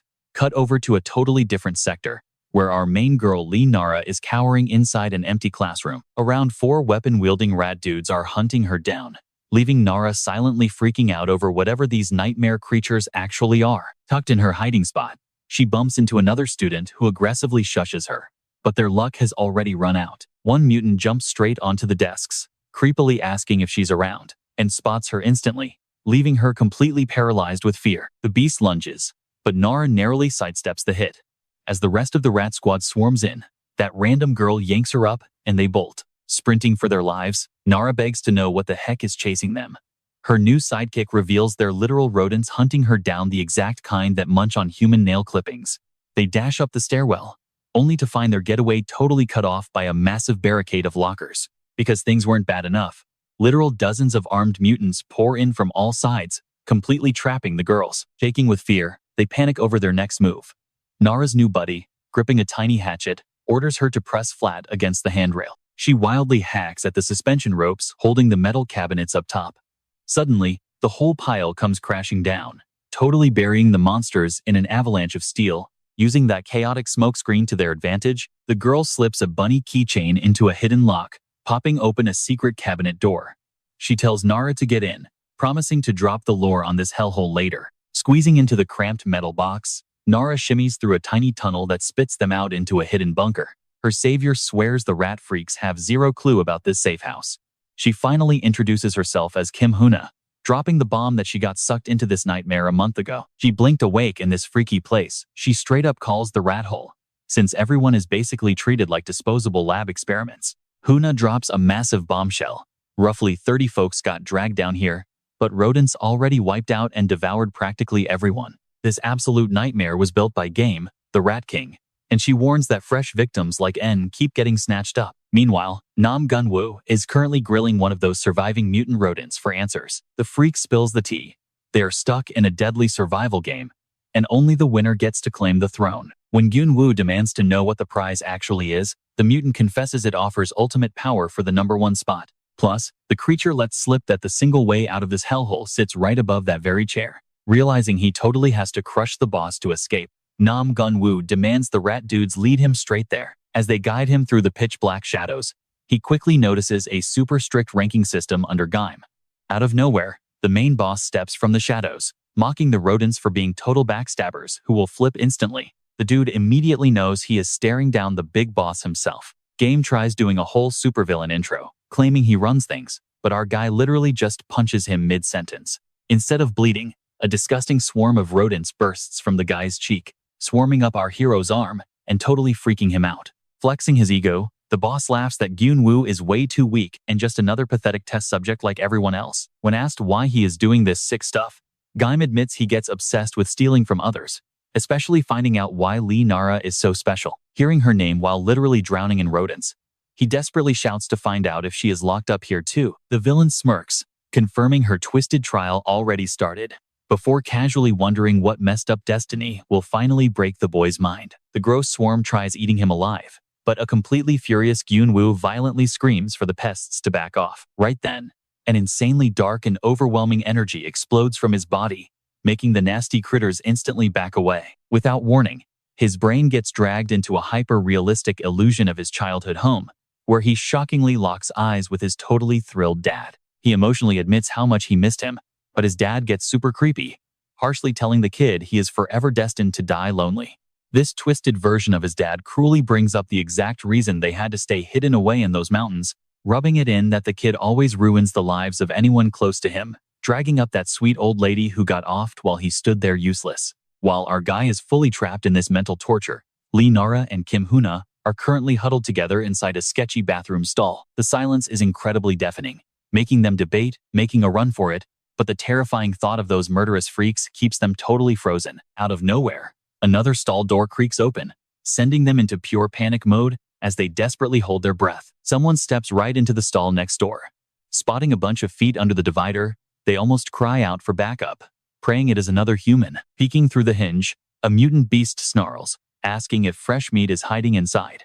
The girls shriek at the top of their lungs as they instantly get busted. Right on cue, a twisted female rat freak spots them too and snatches up a razor-sharp box cutter. Within literal seconds, roughly 6 heavily armed female mutants completely corner their stall, aggressively demanding to know who is cowering inside. Cut to another room. En is spying on the security feeds and realizes her besties, Sujin and Aomi, are about to get straight up murdered. Standing right beside her, Huna does not miss a single beat to drop a super toxic and sarcastic comment. She brutally questions if those girls are actually her true friends, dropping a harsh reality check that only one sole survivor gets the throne and an exit ticket. She insists that everyone plays nice early in the game, but when things get real, people backstab to survive, making all friendships totally worthless. Nara refuses to buy that garbage, knowing her crew is way better than that. She totally gets that these monsters are just messing with their heads to test loyalty. Yuna keeps whining that hiding out in the bunker is the smartest move to avoid getting backstabbed, but our girl completely tunes her out. Snatching up a random ruler and pencil, she confidently flexes that if she is a literal monster now, she can totally brawl. Huna calls her a total idiot. Unbothered, Nara fiercely snaps back that she is rescuing everyone and going home. Meanwhile, poor Nam Gun-woo is still drowning in some heavy psychological torture. That sick Rat King game keeps playing absolute games with the dude's sanity, cruelly weaponizing the tragic memories of his sweet grandmother. The villain clearly knows the kid is secretly terrified of getting abandoned, perfectly mirroring the exact crushing heartbreak he suffered losing his dad and grandma. Pushing his buttons, the boss brands him a super selfish coward, claiming he only protects his friends because he is deeply terrified of ending up solo. Shouting pure denial, Gyun-woo fights back against the mental abuse. As he loses his mind, freaky black shadows and wicked thorns literally erupt all around him. Loving the drama, Game instantly feeds off that insane negative energy, using it to straight up hack into the deepest parts of the boy's soul, hoping to expose the pathetic weakness he thinks every single human hides. Instead, the boss looks inside and shockingly discovers a massive, chained-up shadow wolf. This absolute beast was his ultimate hidden secret. Out of nowhere, the actual ghost of his dad suddenly manifests, aggressively commanding the creepy king to back off. He drops the truth. Those spikes were just his kid trying to keep his humanity in check, but the Rat King couldn't care less, smashing the seal and letting the inner demon loose. With the barrier completely shattered, that massive, savage wolf explodes into action, ripping away half the king's spirit form. Instantly, the villain knows he messed up big time. Jin-woo wasn't just suppressing his true self, he had locked that nightmare away entirely, and now it was out. Jin-woo's mind fractures, sending him crashing hard into the dirt. He instantly morphs into this totally terrifying werewolf hybrid. Going completely feral, he brutally wrecks the king, dropping an insane flurry of punches that literally obliterate his physical form. Right before taking the final L, the rat guy cracks up, mocking Gun-woo for finally showing his true animal colors. One final hit makes the enemy completely pop like a balloon. A massive, disgusting swarm of rats spills right out of the wreckage, while the real king's creepy voice echoes through the area. He actually brags about waking up an absolute menace that only operates on raw animal instinct now. The boss drops an invite to some twisted party, right as a squad of creepy voodoo dolls jumps in. He hypes the boy up to go totally crazy, pushing that whole survival of the fittest vibe. Wan-woo literally smiles at the challenge. He goes on an absolute rampage, hunting the dolls down one by one to get revenge for his grandma. Meanwhile, back in the restroom, things were looking super grim. These twisted rat ladies had Sujin and Omsi by the roots, totally ready to make a meal out of them. Right at the buzzer, a makeshift pencil arrow snipes one of the freaky monsters, dropping her totally flat, looking super over it. En steps up and basically says, "Bring it on." She sprints off to bait the last 3 straight into a clever setup. The brainless enemies chase her blindly and plummet right off the roof. Her friends are totally mind-blown by the big brain play, and En pulls them in for a massive, relieved hug. One of the girls honestly can't stop thinking about how En literally put her own life on the line for them. It triggers a super toxic flashback. She remembers watching Huna, Nara's friend, standing on the school ledge, totally ready to jump. But instead of stepping in, they just snapped pics like weirdos, proving their whole squad was totally fake back then. Snapping back to reality, Na tells Huna their absolute only escape route is all the way up top. Huna is not buying it, though. She is convinced they will all just backstab each other once they reach that top spot anyway. Because of that paranoia, she seriously considers just crawling back to her little hideout so she will not get hurt anymore. Still, Nara reaches out, basically begging her to stick together. Right then, Huna spots a messed up creature sneaking up behind Nara and screams a massive warning. Out of nowhere, an entire pack of them rushes in, totally ready to eat the squad alive. But instantly, some crazy blurry figure literally chops the front runner in two. The wolf dude had officially arrived. Moving like lightning, he shreds every single beast with insane electric claws. The girls are totally frozen, completely mind-blown that the threat got wiped out that fast. N is especially shook, having absolutely zero clue who or what this crazy guy actually is. The panic hits a completely new high when the beast stomps their way. He winds up a massive strike aimed right at NA, treating her like some glowing target. Totally freaking out, she just yells out Yunwoo without even knowing why the name actually slipped out. Hearing his name just flips a switch. He freezes, dropping the attack, and pulls her into a hug like some old memory suddenly clicked. Off in the distance, the rat boss is watching this all go down and gets incredibly salty about it. He fully bet on the monster, letting its feral side take over and ending her.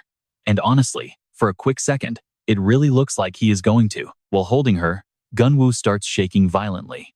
Pure anger takes over his eyes, and his claws dig right into Nar's back, making her absolutely shriek. Watching this horror show, Huna instantly regrets tagging along. She fully realizes that this dude is just an unhinged monster. Nar yells at Nam Yunwoo to literally snap out of it. Through all that beastly rage, it actually looks like he finally realizes who she is. The wolf instantly backs off, gently pushing her toward her squad. Seeing her blood coating his own claws, Gunwoo looks absolutely devastated. From his point of view, the whole world goes pitch black except for her glowing blue silhouette. The guy is absolutely terrified of being left solo. When the crew books it up the staircase, he trails right behind. Huna screams at him to back off, but the others realize he isn't dangerous anymore, just looking super heartbroken. They keep furiously rushing up the steps, but a bunch of rat goons are suddenly blocking the path. They get into a battle stance, but before Nara can even fire a shot, Nam Yunwoo just blurs right past them. Running on absolute pure fury, he tears into the creepy dudes, wiping them out mercilessly. Totally shocked that he is actually helping, Huna just rolls with it and tells the squad to use this epic opening to climb higher. The rat villain thinks the boy's wildcard energy is pretty entertaining, treating him like some fun gadget, but heavily promises to end his life eventually. They finally make it to the roof, only to see that their one ticket out means climbing up to the ultimate power throne. Up there, some random school kid spots Huna. He calls himself number 18 and drops the bomb that this is his third time trying to reach the peak, instantly offering to team up with Nar. But that chill vibe dies instantly when Gunwoo shows up, throwing pure daggers at the kid until he completely bolts in a panic. Right on cue, the rodent boss pops up out of nowhere, declaring the ultimate trial has officially begun, and the rules are stupidly basic. Whoever parks themselves on that throne first takes the crown. He flexes that hard work always pays off, and the champ claims literally everything. The second the buzzer hits, Nam Gunwoo shifts into his fully savage wolf state and starts scaling toward that seat like an absolute unit. The rest of the players quickly clock that he is pulling the aggro of hundreds of those creepy rat dudes, so they totally use him as a meat shield and start making their way up too, while the monstrous swarm launches an all-out buffet frenzy on the crowd. Flying completely solo, Gunwoo tanks the whole mob, busting out crazy lightning moves and insane agility to shred through dozens of freaks, carving out a massive lane. Totally mind-blown by his insane carry, the squad grabs the opening to push forward. Huna and her three besties ride the same wave upward. The whole crew is sweating blood to just make it out and go back to normal, but the vibes are seriously fatal. Deep in the messy brawl, one guy gets totally cornered by a pair of rodents and meets an absolutely savage game over. That dude's run is permanently cancelled as the beasts wipe him from the map, while two more creeps start creeping up on a tight huddle of players. A duo of bros square up, splitting the aggro by calling dibs on the right and left targets. Except, totally panicking, one snake literally chucks his bestie straight into the crosshairs just to save his own neck. The totally backstabbed kid loses his mind, screeching that the shady dude in the hat is going to pay for this. Now, flying solo, the kid rocking the crimson hat low-key questions his own trash move, realizing his brain just completely short-circuited. A massive flashback hits him back to when he totally should have ignored that random parked bike with the keys practically begging to be snatched. His final memory is the absolute rush of joyriding that stolen chopper before everything just faded to black. guessing he wrecked the ride and got dropped in this crazy glitch of a world. He keeps scaling while bawling his eyes out, missing his folks, while his ex-bro gets completely wrecked below. But karma hits fast when a flying hatchet snipes him out of nowhere, forcing a permanent logout on him too. The entire student crew, including Kim Huna and Lee Nara, are completely traumatized watching this nightmare unfold. Perched at the summit, some hairless psycho gripping a chopper barks that anyone stepping past his line gets instantly unalive. He spits out a warning to just stay glued to the bottom if they want to keep breathing and avoid catching hands. A couple of players start talking trash back, but the cue ball just dares them to pull up. One dude, seeing pure red, charges up screeching about making it out breathing. Lee Nara just stares, realizing every single person has fully lost the plot. She genuinely manifested a wholesome squad up to beat the system, but that dream absolutely tanks when the bald dude one-shots the screaming guy. The whole teamwork makes the dreamwork vibe is officially dead and buried. Kim Huna totally calls it, dropping a bitter truth that this is exactly why aiming for the top seat is super toxic. She explains that massive stress breeds absolute weirdos like that bald freak, completely short-circuiting even the chillest brains since this place is literally the underworld. Then, that shiny-headed menace basically drops a massive challenge to the crowd. Everyone nervously shuffles back, dodging eye contact, making him snicker that they should just stay frozen while he bags the victory royale. He loudly swears that the minute he respawns back home, he is going to hunt down every snitch who fed him to the cops. Except, right on cue, our wolf boy, Nam Gunwoo, stealth drops straight behind him, like a literal shadow. One casual swipe absolutely launches the bald guy into orbit, packing so much ridiculous kinetic energy that the whole crowd is jaw-dropped. Gunwoo basically felt like he just tapped him, but to the squad below, he looks like a straight-up boss-level nightmare, giving everyone major shivers. He flashes back to that fox, dropping facts about how normal people always get insanely freaked out seeing his actual beast mode. But Lee Nara totally bucks the trend. In his eyes, her whole vibe is just wildly glowing and flawless. She spots right through the disguise, dropping his real name regardless of the furry aesthetic, even while his inner predator is practically itching to rip more rodents apart. Yet Nam asks his wild side to ride shotgun for a bit. He wants to flex his overpowered stats to actually protect and care for the squad, just like his pops preached. Despite the whole feral cosplay, his core is 100% Nam Gunwoo. That is his realist self. Switching back to his regular dude aesthetic, he glances back, making the whole group instantly clock him as he begs them to just hang tough a sec longer. While Lee Nara tanks the front line to guard her besties, Nam Gunwoo pushes aggressively to permanently uninstall the rodent boss. The twisted admin totally hypes him up for snagging rank 1, spinning some lie that it is all just pixels and he should just grab the chair and dip. But Gunwoo 0% cares about the server's rules. He claps back that the actual boss fight is the king himself for trapping and deleting random innocents, forcing them into this sick battle royale. He promises to shut down Gaim's messed up hobby for good, but Gaim shoots back that this arena basically mirrors real life, a completely toxic world where you either wreck everyone else or get wrecked. He drops some heavy lore, claiming he spawned back during the Korean War, leveling up by eating dead victims' hate, and now he snacks on the souls of defeated challengers. He swears toxic souls taste the best. Furious, Gunwoo brands him a total monster, daring him to step up and brawl. The rat boss just chuckles, clapping back that humanity's endless drama and beef make them the real monsters. He then drops a massive rodent tsunami on Gunwoo, but the teen refuses to get played twice, nuking the swarm with a wild lightning punch. Instantly after, he boots Game right in the face, dropping a massive thunder blast on his chest. Gunwoo goes absolutely feral, throwing hands until the boss melts into toxic goop. The rat boss completely loses his cool, asking if recess is finished while flexing his ultimate phase. He morphs into this massive, busted-looking beast dripping with pitch-black slime. Game yells that two-faced humans made him this way, acting all saintly while hiding their total garbage vibes. Mid-speech, he whips out his tentacles, landing a clean shot right on Gunwoo. Meanwhile, Lee Nara is spectating the brawl, stressing over him taking that brutal solo hit. She suddenly gets distracted by a rat goon about to pack up another player. Acting purely on instinct, she snipes a ghost-like pencil arrow to instantly save the dude's life. The guy yells thanks, but Kim Huna totally snaps, warning her to stop playing hero for rival players. Nar claps back that letting someone die on her watch just is not her vibe. Right then, a random student steps in to save Huna from getting totally blindsided. Nar casually reminds her to stay focused. Truthfully, Huna never even wanted to level up this much. She was shaking, realizing this stage was absolute hell. But despite the panic, Huna's honesty actually hypes Lee Nara up to keep pushing. Out of nowhere, some guy spawns right at the peak, flexing that he claimed the throne first, and practically crowning himself. Nar spots him immediately. It is the exact same dude she literally just rescued. For a split second, she low-key wishes she had just looked the other way. That heavy, salty energy totally infects the whole room, making the vibes unbelievably toxic. The rest of the lobby is seething with pure rage, straight up plotting to shove the so-called winner off the edge, which is exactly what goes down when a cloaked player pops up and yeets him off the seat. Catching the opening, Huna screams that the top spot is still wide open. Getting hyped, Nar breaks into a sprint but instantly slams the brakes. She starts questioning her own panic. Like, is that sketchy sky portal actually their only escape route? What is even waiting up there? Who designed this sick game? Mid-thought, she looks over and realizes Gun Wu is catching hands.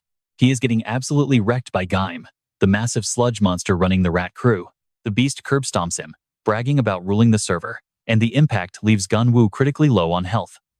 Deep down, his inner spirit wolf tells him to ask for backup, but Gun Wu totally rejects it, stubborn about soloing the boss. Channeling crazy aura into his kick, he successfully blows one of the mutant's legs clean off, but the freak heals instantly, punting him across the room. Game brags about having literal god mode here, thanks to everyone's toxic vibes. Meanwhile, the spirit wolf scolds Gun Wu for ghosting his true potential. The spirit insists they are basically a package deal, sharing the legendary Thunderwolf relic locked inside them. The wolf tells him to weaponize that cursed energy, mirroring the moves of a legendary ancient warrior named Pungbeek. It finally clicks for Gun Wu. He confesses he was suppressing his own shadowy side, terrified of losing himself. Now, fully embracing his inner demons, he takes the wolf's advice and drops a catastrophic, relic-powered punch. That insane strike completely deletes Gaim's mutated body. The whole lobby freezes to watch the rat boss crumble in his own base. Gun Wu coldly announces that his little game is officially finished. Game screeches about respawning, but right as he tries to dip, a massive glitchy crack rips through the area. Nar clocks that the dark void bleeding from the crack perfectly matches the trap she experienced inside the fox. Then it hits her completely. They are literally locked inside the rat boss's own soul. Her wild theory gets instantly proven when the monster's true, pathetic body is seen coughing up junk inside a summoning ring. She quickly snags a pencil and a rubber band, hacking together a makeshift bow with her thumb ring, pulling the exact same stunt that freed her before.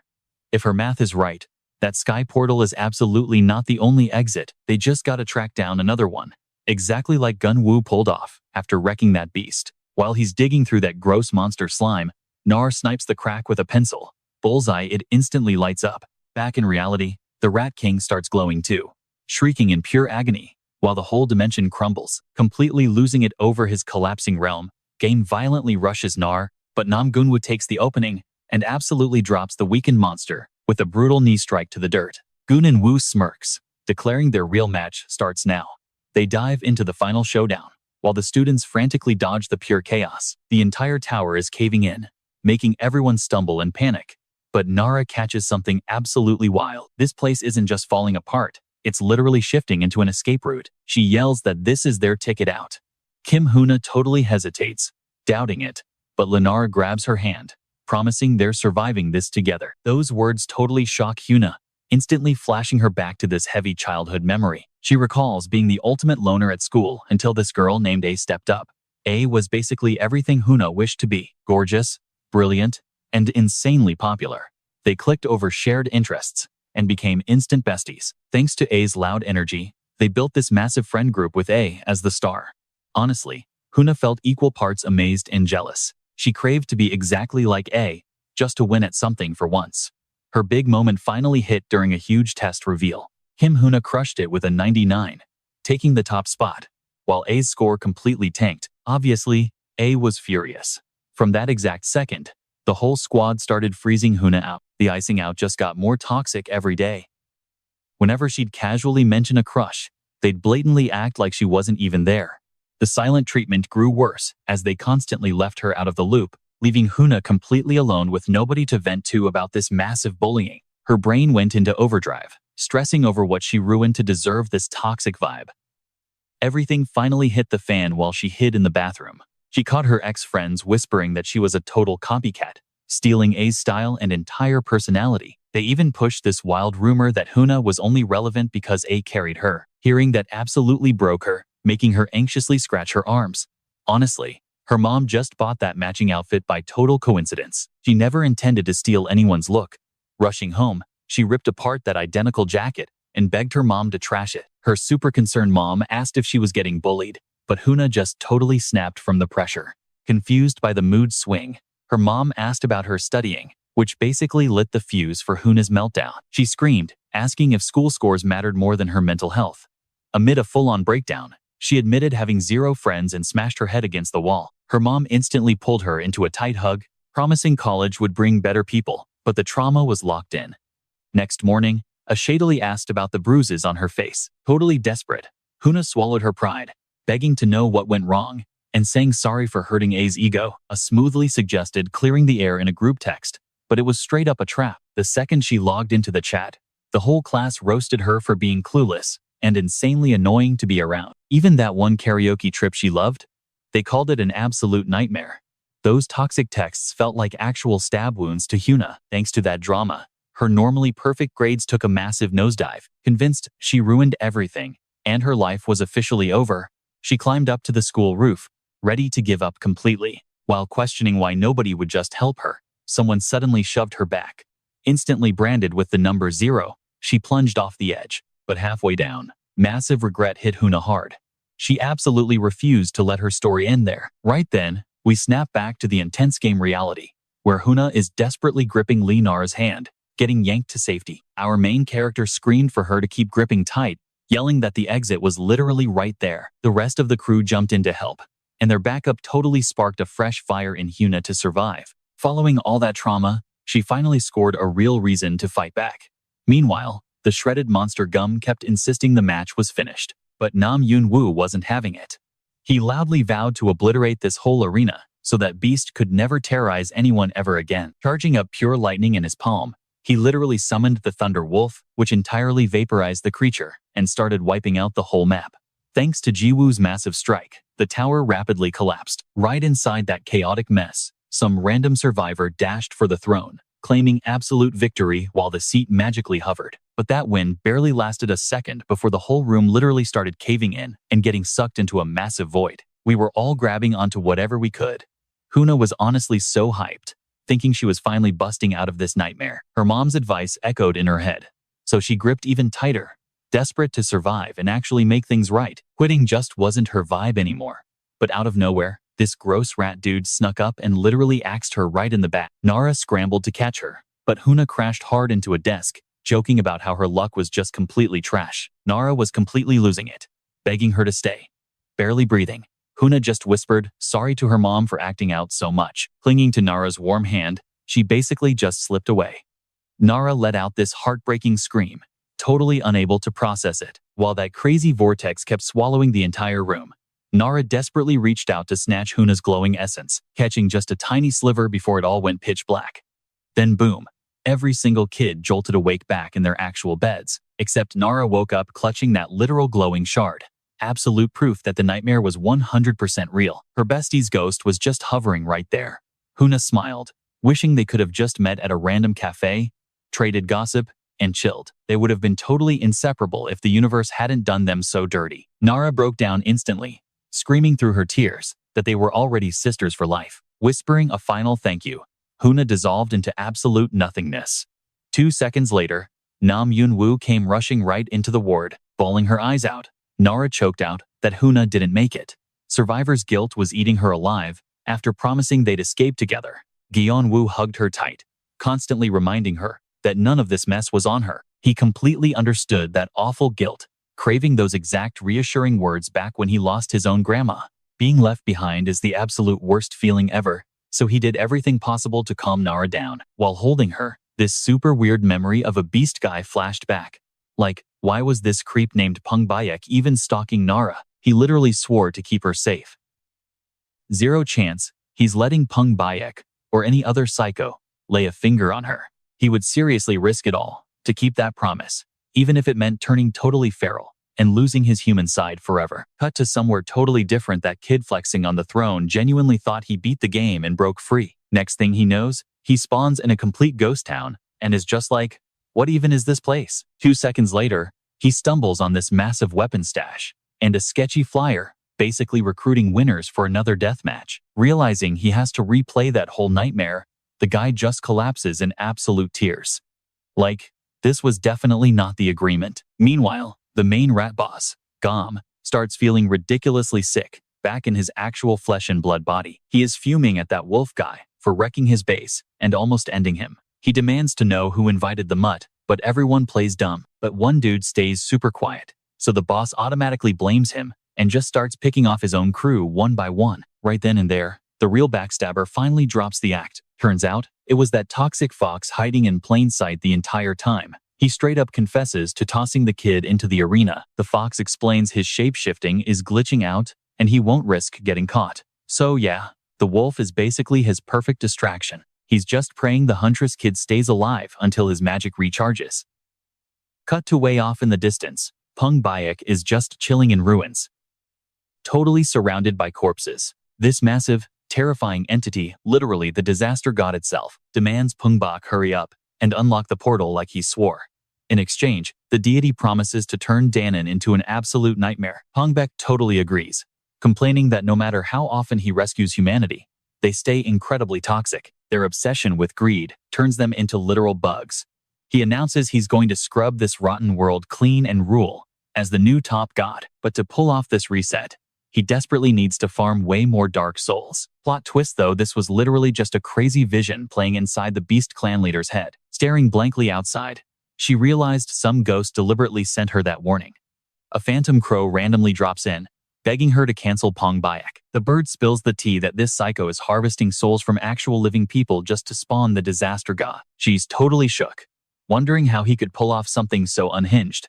Anyway, we instantly cut to Hondo, the middle beast bro, just riding the bus. A bunch of girls are low-key checking him out because he's stunning, and one is literally staring him down. Hondo clocks it and looks super annoyed, but not at the fan club. He's glaring at Anonkwi, this incredibly gross slime monster hanging out on board. Without warning, a whole swarm of shadow demons start jumping all over the traffic outside. Out of absolutely nowhere, another bus smashes right into theirs, launching people everywhere in total chaos. The impact leaves Hondo seriously wrecked. While everyone's totally freaking out, the Yonki spot an opening and start snacking on the crash victims' souls. Hondo realizes this crash was completely staged just to farm people's energy. Up top, some shady lady is literally hyping the spirits up to eat their fill. I mean, there's literally a free all-you-can-eat buffet of human souls everywhere. Trapped in the rubble, Hondo flashes back to his awful childhood trauma. Hoping he's just having a bad dream, he snaps out of it when a girl rushes over. Super relieved he's breathing, she explains she dialed 911, but the dispatchers are being completely useless right now. Hondo stands up, shocked he can actually move. Catching a monster munching on spirits, he warns the girl they seriously need to bounce right now. Since her leg is totally busted, he grabs her arm and pulls her up. Right then, a demon literally snatches her soul straight out of her. Fine. Her ghost is absolutely terrified, seconds away from becoming monster food. Before the beast can chomp down, Hondo Sunbae flexes his gorgeous aura to throw up a massive force field, totally saving her life. Next, he spawns 2 extra shields that literally squish the nasty monster until it pops. Stuck in the ghost zone, the girl notices they're surrounded by creeps. A giant gooey blob rushes them, but Hondo cleanly chops it with a new shield, blocking another hit for her. He's honestly so annoyed that these incredibly ugly things have the nerve to act up in front of him. Totally losing her mind, she begs to know if she's officially dead or just having a wild hallucination. Hondo gives her reassuring head pats, promises her it's just a bad trip, and literally shoves her spirit right back into her physical self. He tells her to brush it off as a bad dream that'll fade fast, which instantly triggers a major flashback for her. Her older brother gave her that exact same speech ages ago, but honestly, it was a traumatic event she could never actually shake off. Hondo then hops off the wrecked bus, ordering her to stay put because the streets outside are literally crawling with demons. Outside, he faces the ultimate boss, the crazy chick who spawned the monsters. She instantly clocks that he's built different since he survived the crash. She totally mocks him, bragging that he'll learn her master plan right before she kills him, clearly obsessed with playing with her food. Hondo senses her insane energy level and instantly knows he would get absolutely wrecked in a straight-up fight. While he's low-key plotting a quick getaway, she warns him not to even try ditching her because she absolutely despises losing a catch. She threatens to wipe out every bystander if he makes her mad. Suddenly, creepy dark claws sprout from her spine, exposing her actual monster form. Hondo is completely shook. She's flexing this hard in broad daylight, warning her that the pro hunters are totally gonna track her down. But the crazy lady just smirks right back at him, bragging that she'd love them to show up so she doesn't have to chase them. That's when she finally drops the craziest plot twist. Turns out, everyone's already stuck in her massive magic web. Right after, the concrete splits open and a massive earthquake rocks the whole block. A giant sinkhole starts gulping down all the cars. Inside the transit bus, that injured girl and a bunch of strangers get dragged straight into the dark pit. Hondo desperately clings to the edge, but the pull is just way too intense, sending him tumbling right down with them. The lucky few who barely survived on the street stare down in horror at this endless, totally creepy void. In literal seconds, everyone caught in her trap was completely gone. Meanwhile, across town, things were looking super grim for Kim Huna. The little bits of spirit that Lee Nara barely managed to save were fading fast, and her hospital vitals were totally tanking. The medical staff even had to pull her mom aside and gently tell her to get ready to say goodbye. But honestly, Huna was actually still breathing, just locked deep inside Game's headspace and battling nonstop terrifying dreams. Knowing the truth, Lee Nara got totally fired up, swearing she'd save her bestie no matter what. By now, the sinkhole disaster was trending everywhere. Every feed claimed a massive pit ripped open a busy crosswalk right at 9 in the morning, sucking down 92 totally innocent people. The crash site was absolute pandemonium. Freaking out, relatives hunted for their loved ones, while emergency crews kicked off a massive recovery mission. Teams rappelled down with heavy ropes and gear. But the sheer drop basically confirmed everyone's absolute worst fears. Hitting rock bottom at 102 meters down, the brave crew discovered something way more messed up. The pit was totally wiped clean. 0 victims, 0 crushed cars, literally just nothing but dirt. All they uncovered were giant creepy webs and some weird ancient temple ruins. Meanwhile, our main character's badass hunter family was holding a serious meeting. The fierce grandma in charge seriously announced that the ultimate global apocalypse was finally kicking off. When Nam Gun-woo showed up, she told him to go chill, but he was way too stressed about abandoning his squad. Flexing her usual massive ego, the matriarch casually reminded him that she's literally the most overpowered fighter in the room. But our main girl stepped right up, totally demanding to join the raid. She had 0 doubts she had to save Kim Huna and couldn't live with the guilt of failing her. Realizing she was absolutely dead set on it, her mom gave the green light, and Nam Yoon-woo quickly jumped into the squad too. The boss lady swore she'd drop some serious cash on the 2 students for helping out. Meanwhile, at the pit, the clueless firefighters were totally thrown off when random folks started dropping in, literally hauling porta potties. A dude in a sharp suit stepped out of one, flexing his credentials as Division 4 from the National Intel Squad. He immediately barked at the fire crew to clear out, faking a massive gas leak excuse. But honestly, they were an underground paranormal unit built to hunt down straight-up freaky, supernatural stuff. Gong Chai, their head honcho, gave the green light, and hunter squads started pouring out of those weird makeshift portals. Our main duo rolled up first with the O Dangun squad, followed closely by the Jungan Ghost crew and the Exorcists. The vibes were instantly toxic, especially since the boss lady and the Jang leader started viciously roasting each other on sight. Gong Chai totally brushed off the petty drama and cut right to the actual mission. Their ultimate goal? Bag the massive creepy crawly that triggered this entire mess. Turns out, this exact freak wrecked that train at No Wang Station, taking out 70 innocent people. The bounty sitting on its head was a fat 1.2 billion. Winner takes all for whichever squad crushed the bug. The Odangan boss practically drooled over that massive cash prize, which totally disgusted the Holy Squad. They thought she was being super trashy given the body count. Brushing it off, the crews dove straight into the nest's portal. Our main guy was low-key tripping out over how nobody even flinched before strolling straight into obvious danger. Nam Gun-woo checked if she was good to go, and once she nodded, they trailed in last.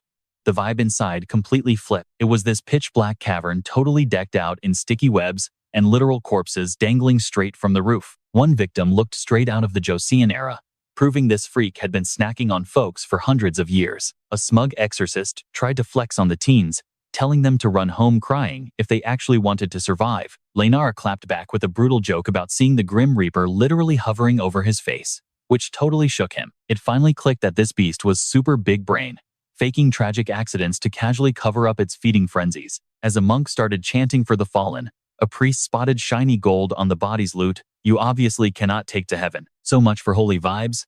The dude totally caved to greed and snatched a heavy gold chain right off a corpse. He played it off like it was strictly for charity, literally dropping a Bible verse to make himself feel less insanely guilty. But right then, a massive monstrosity jump-scared the entire squad out of absolutely nowhere. The thing snatched Father Choi by the throat and literally gobbled him up while the whole crew watched in pure horror. We all thought the holy man was completely cooked, but then the absolute craziest plot twist dropped. Dude literally prayed from inside its stomach and blasted the monster to bloody pieces, stepping out without a single scratch.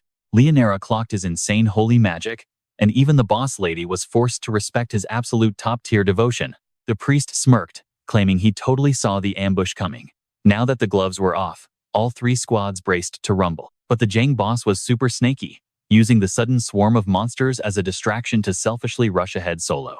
Meanwhile, that masked dude told the teens to sit back and whipped out his magic tags, which seriously ticked off Nam Ginwoo. It turned into absolute chaos the second that freaky swarm rushed them head-on. The monk made the first move, dropping a glowing mandala on the floor that popped up a massive magical energy shield. Father Choi went full beast mode, making red crosses shine on his knuckles as he started throwing holy haymakers at the bugs. Then this veteran archer told the priest to duck and let loose a fiery nuke arrow, wiping out a huge mob in one shot. And for the absolute grand finale, the masked guy tossed out his magical paper tags, which triggered a sick chain reaction of massive explosions, completely leveling the area. Even with all that crazy firepower, Choi was totally running out of steam. Things got super sketchy when beasts started shattering the monk's force field.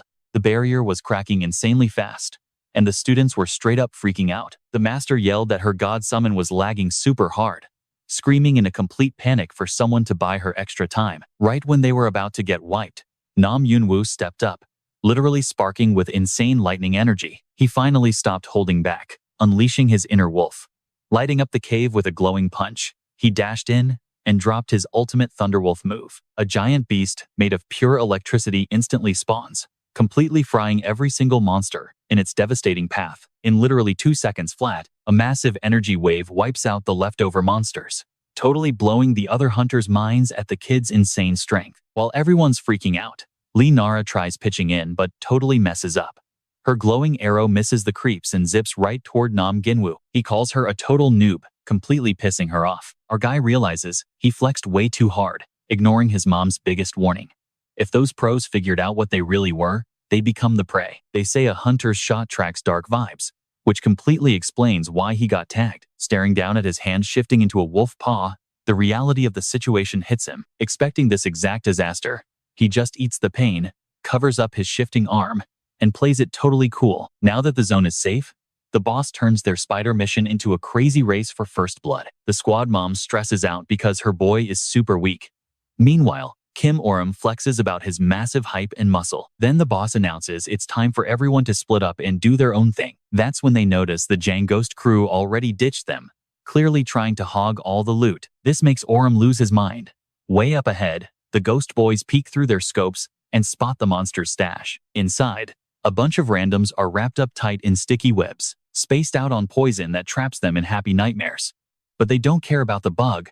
They're hunting a specific girl worth 6 billion won, 5 times the bounty. Their boss, Jang Sung, plans to grab her and hand her over to some sketchy buyer. While they're questioning who drops that kind of cash on a kid, the giant freak silently drops right behind them. It goes absolutely savage, completely shredding their train car to pieces with its massive fangs. The two pros bolt, spraying heavy magic-infused rounds at it, but the bullets basically do nothing. The beast easily catches up and totally wrecks Kim.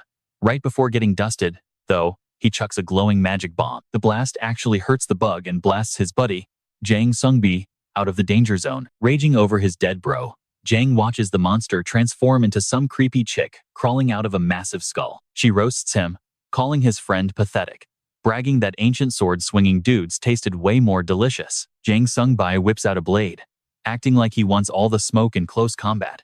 Spider Chick totally eats it up, but he was baiting her. He smashes a switch on his comms, triggering an ambush. Glowing panels project a huge explosive rune right under her feet. When it blows, he just sprays bullets like crazy. But the freak completely tanks the hit and instantly strikes back, impaling Jang with those gnarly skull teeth. Rolling her eyes at his cheap stunts, she talks trash, A bleeding Jang just promises his squad will finish the job. She smirks and says she literally left the front door wide open because spicy hunter snacks are her favorite. She drops some gooey stuff on him, whispering sweet nightmares. The second it hits his skin, Jang bursts into creepy laughter before passing out hard. Seconds later, he gets all wrapped up and stuffed into a webby sack. But right next door, in another sticky pod, Hondo Sunbae uses his powers to bust wide open. Waking up super disoriented in this trash heap, he instantly squashes a baby spider spying on him. This gross vibe gives him major flashbacks. Growing up, everyone called Hondo a straight-up demon spawn meant to ruin lives. To ditch the haters, he ran off to an entirely different nightmare, a literal pig slaughterhouse. He'd just sit there watching the poor things squealing while waiting to get chopped. All that screaming messed his head up so bad he couldn't tell if he was human or livestock.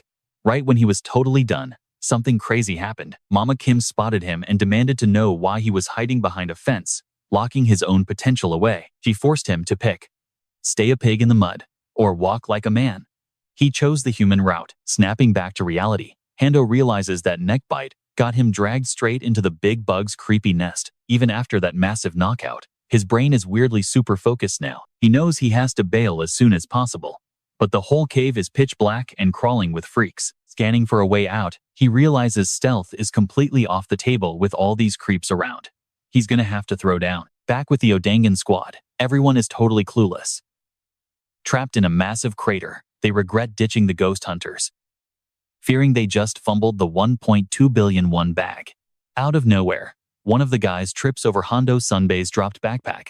Mama Kim absolutely panics, realizing he's stuck in here, and the whole crew instantly rushes to track him down. Way off in the distance, Hondo spots this massive gap in the cavern, totally hoping it's his ticket out. Stepping through, he walks straight into a nightmare. Tons of people are just dangling there, cocooned up and completely knocked out. Yeah, definitely not an escape route.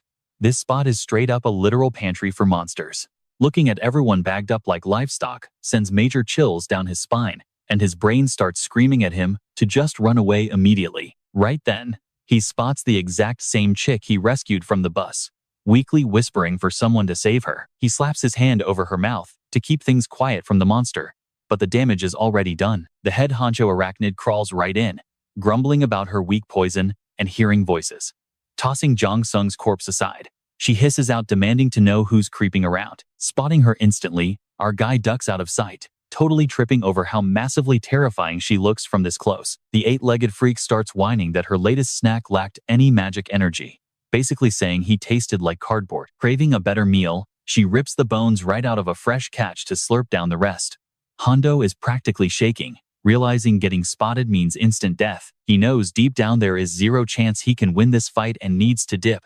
Out of nowhere, a bunch of bones crash down right at his back. That sudden noise flashes him right back to his brutal breakout from the meat grinder and the mental boundaries he swore he would never cross again. Just as the beast snatches up the $6 billion girl, our boy finally reaches his breaking point. Totally enraged, he launches himself at the bug, clocking her with a massive hook while screaming at her to drop the human buffet. He throws everything he has into those furious strikes, and for a split second, he actually believes he took her down. No such luck, though her creepy shell starts stitching itself back together, proving she is very much still kicking. Super annoyed, she realizes he is the dude from the bus wreck, totally baffled about how he survived her lethal bite. He totally claps back, saying her poison was a joke and calling her gross, which pushes all her buttons. Then he gets cocky, giving her a 5-second countdown to take him out.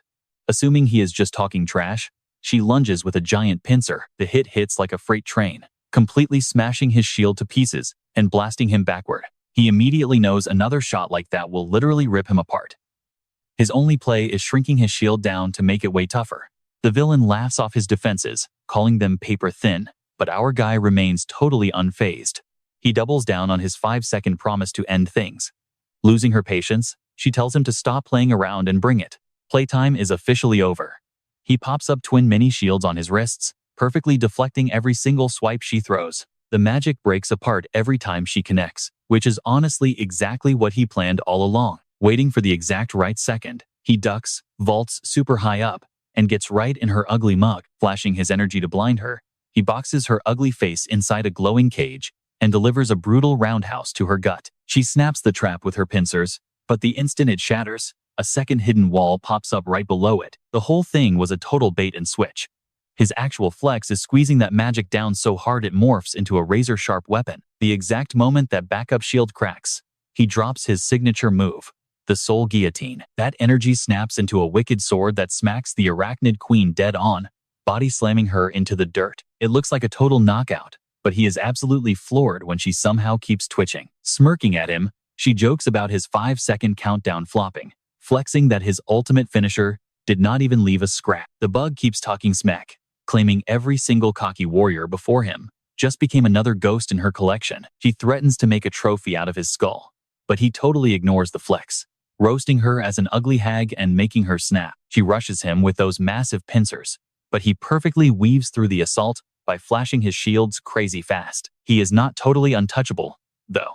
A stinger clips his leg, and before long, dual spikes spear through his arm, pinning him down completely. Even pinned against the wall, our boy refuses to fold. Pulling out his ultimate wild card, he fires off a second energy blade with insane big brain energy. He spawns that razor-thin magic directly underneath this random 1-ton pickup sitting close by.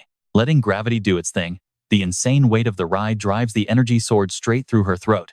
The crash totally sends him flying, but the crazy gamble pays off big time. The boss monster is officially down for the count, so stoked to just be breathing, he runs over to wake up the girl from the wreck.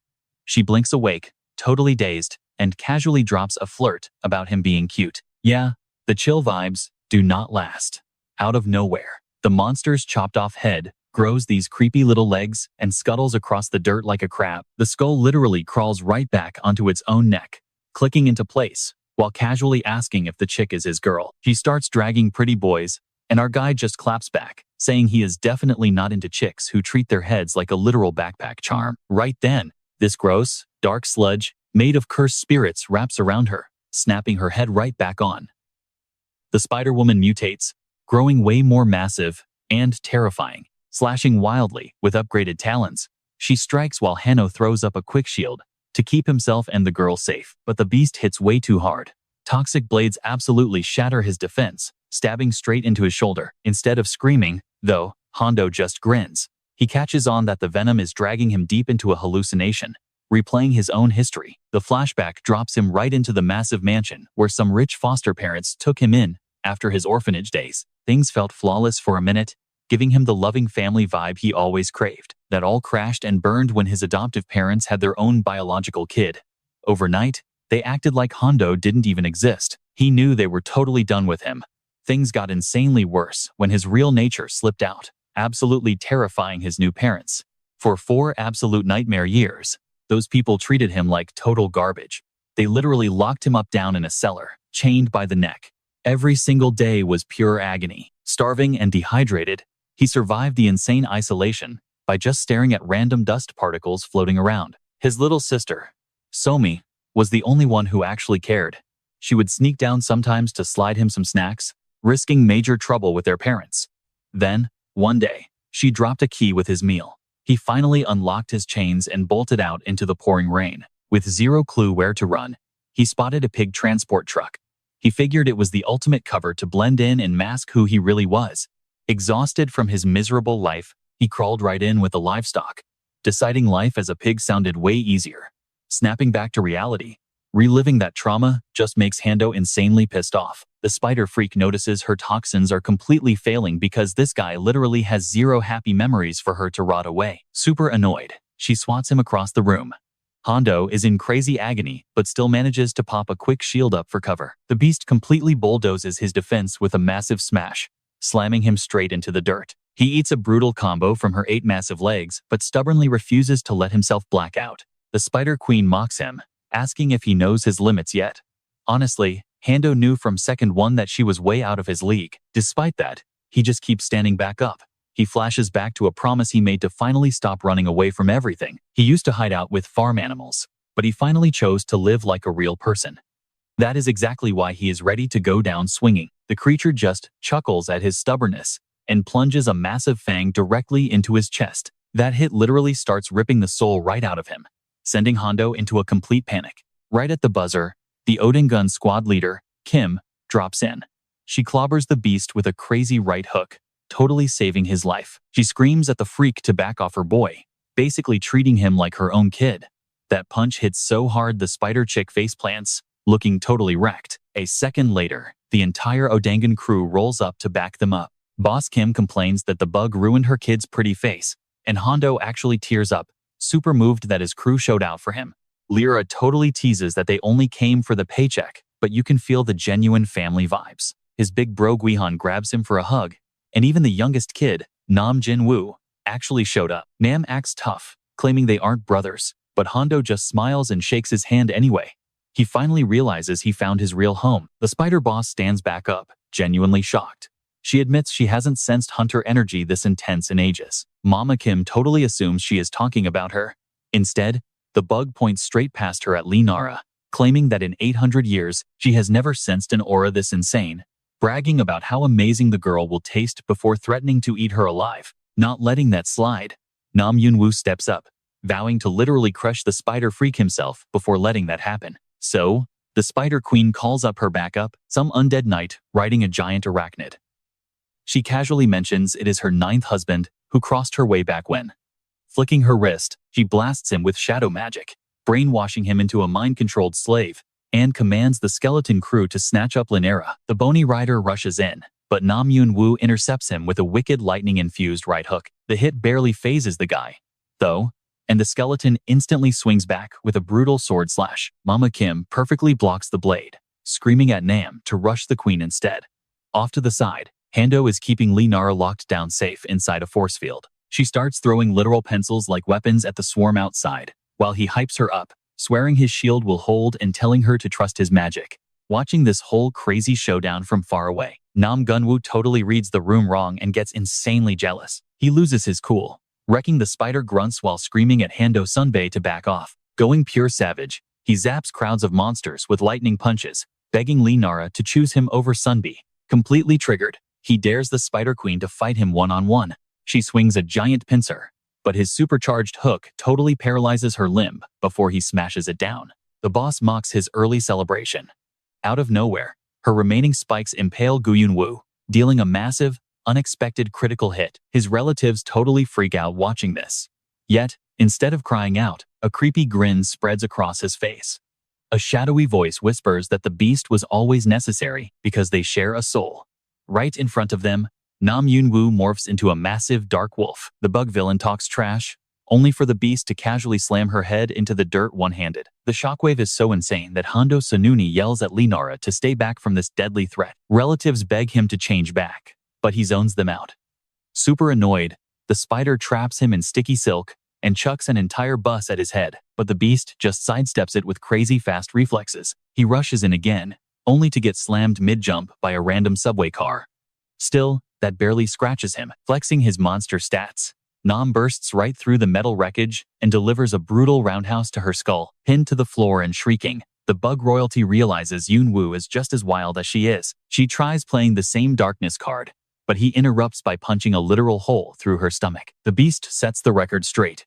He is the hunter, and she is dinner.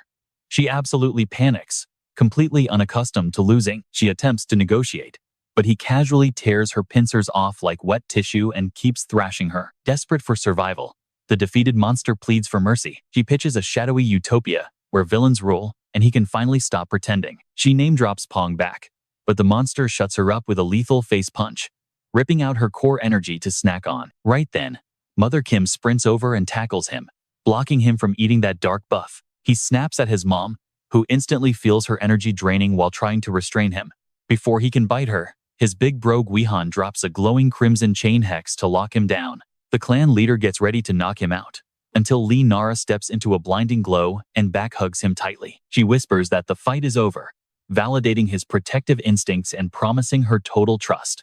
Surprisingly, the embrace actually calms him down briefly. He collapses to the ground, looking like his human mind is back, but the peace vanishes quickly. A second later, his claws wrap around Lee Nara's throat as he aggressively calls dibs on her. The beast calls her his favorite sparkling snack, swearing that no rival boss or Pungbeek will ever steal her. Just as he opens wide to eat her spirit, time runs out, and a magic paper-tagged arrow blasts his spine. A ghost hunting squad rolls up, shocked by the demon dog.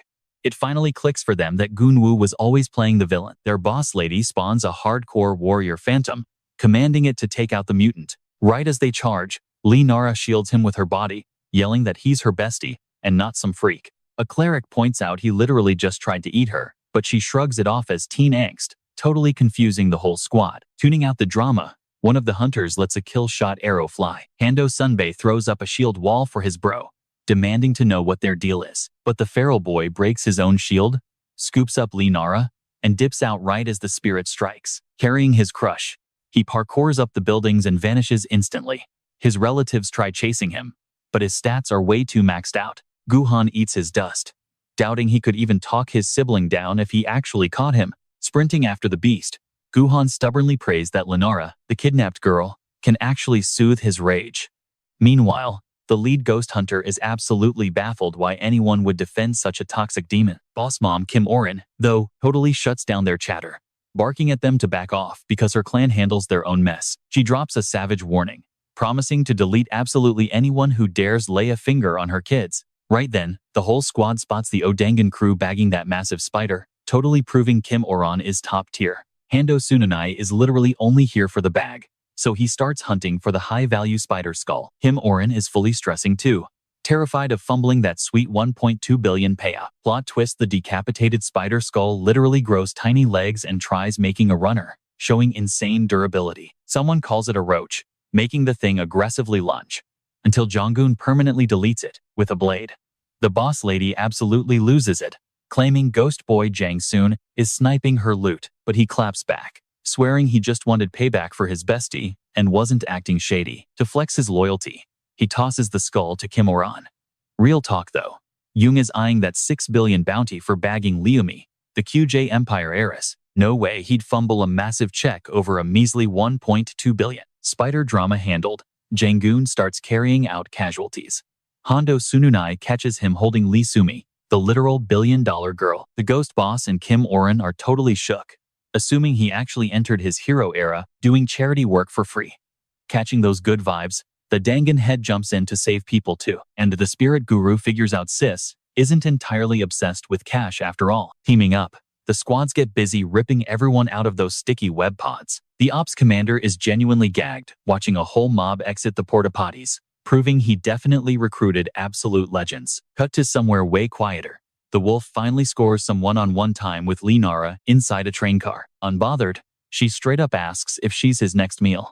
He flexes, saying nobody else gets to hurt her, but he'd totally do the honors if necessary. Out of nowhere, Liara wraps him in a hug, obsessed with how soft his coat is. Totally stunned, he asks why she's not terrified, but she just casually drops that she fully trusts his human alter ego, Nam Yoon-woo. Playing the villain, the beast grabs her shoulders, claiming he's nothing like her sweet boy bestie. Liara just laughs it off, teasing that this is the classic Disney scene, where he magically transforms back. The wolf claps back that in original fairy tales, the girl literally gets eaten right here. Completely chill, she whips out a magic-infused ruler, jabs it into his chest, and demands the furry monster bounce so Namun-woo can return. The vibe shift is so intense that a blinding flash nukes the train car, totally forcing him to morph back. Gihan spots the flash from afar, panicking that he fumbled. He crashes the car bracing for trauma, just to catch his bro chilling happily on Lear's lap. Up top, the whole chaotic mess is totally handled. Because of that spider venom, literally everyone forgot what went down, making the cover-up an absolute breeze. Kim Oren gets massive props for carrying the mission. Nerds confirm the beast was actually some super rare import from Mongolia, dropped here ages ago during a war to nerf local deities and ruin everyone's vibe.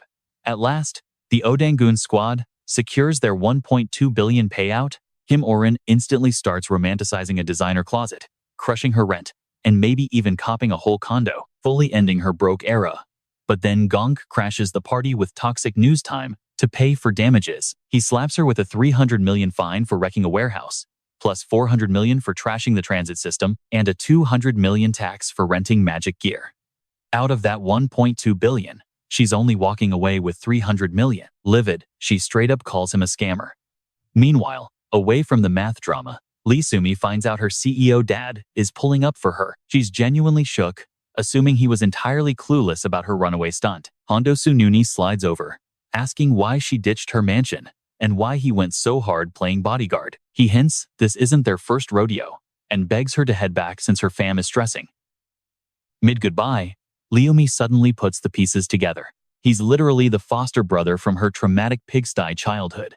Seeing his trauma scars breaks her heart, but she's hyped he survived. Since they aren't technically relatives anymore, she gets slightly delulu, wondering if they could actually date. Her confession straight up triggers Hondo Sunbae, throwing him back into a mega toxic headspace he feels trapped in forever. Then, he flashes back to meeting Kim Oren.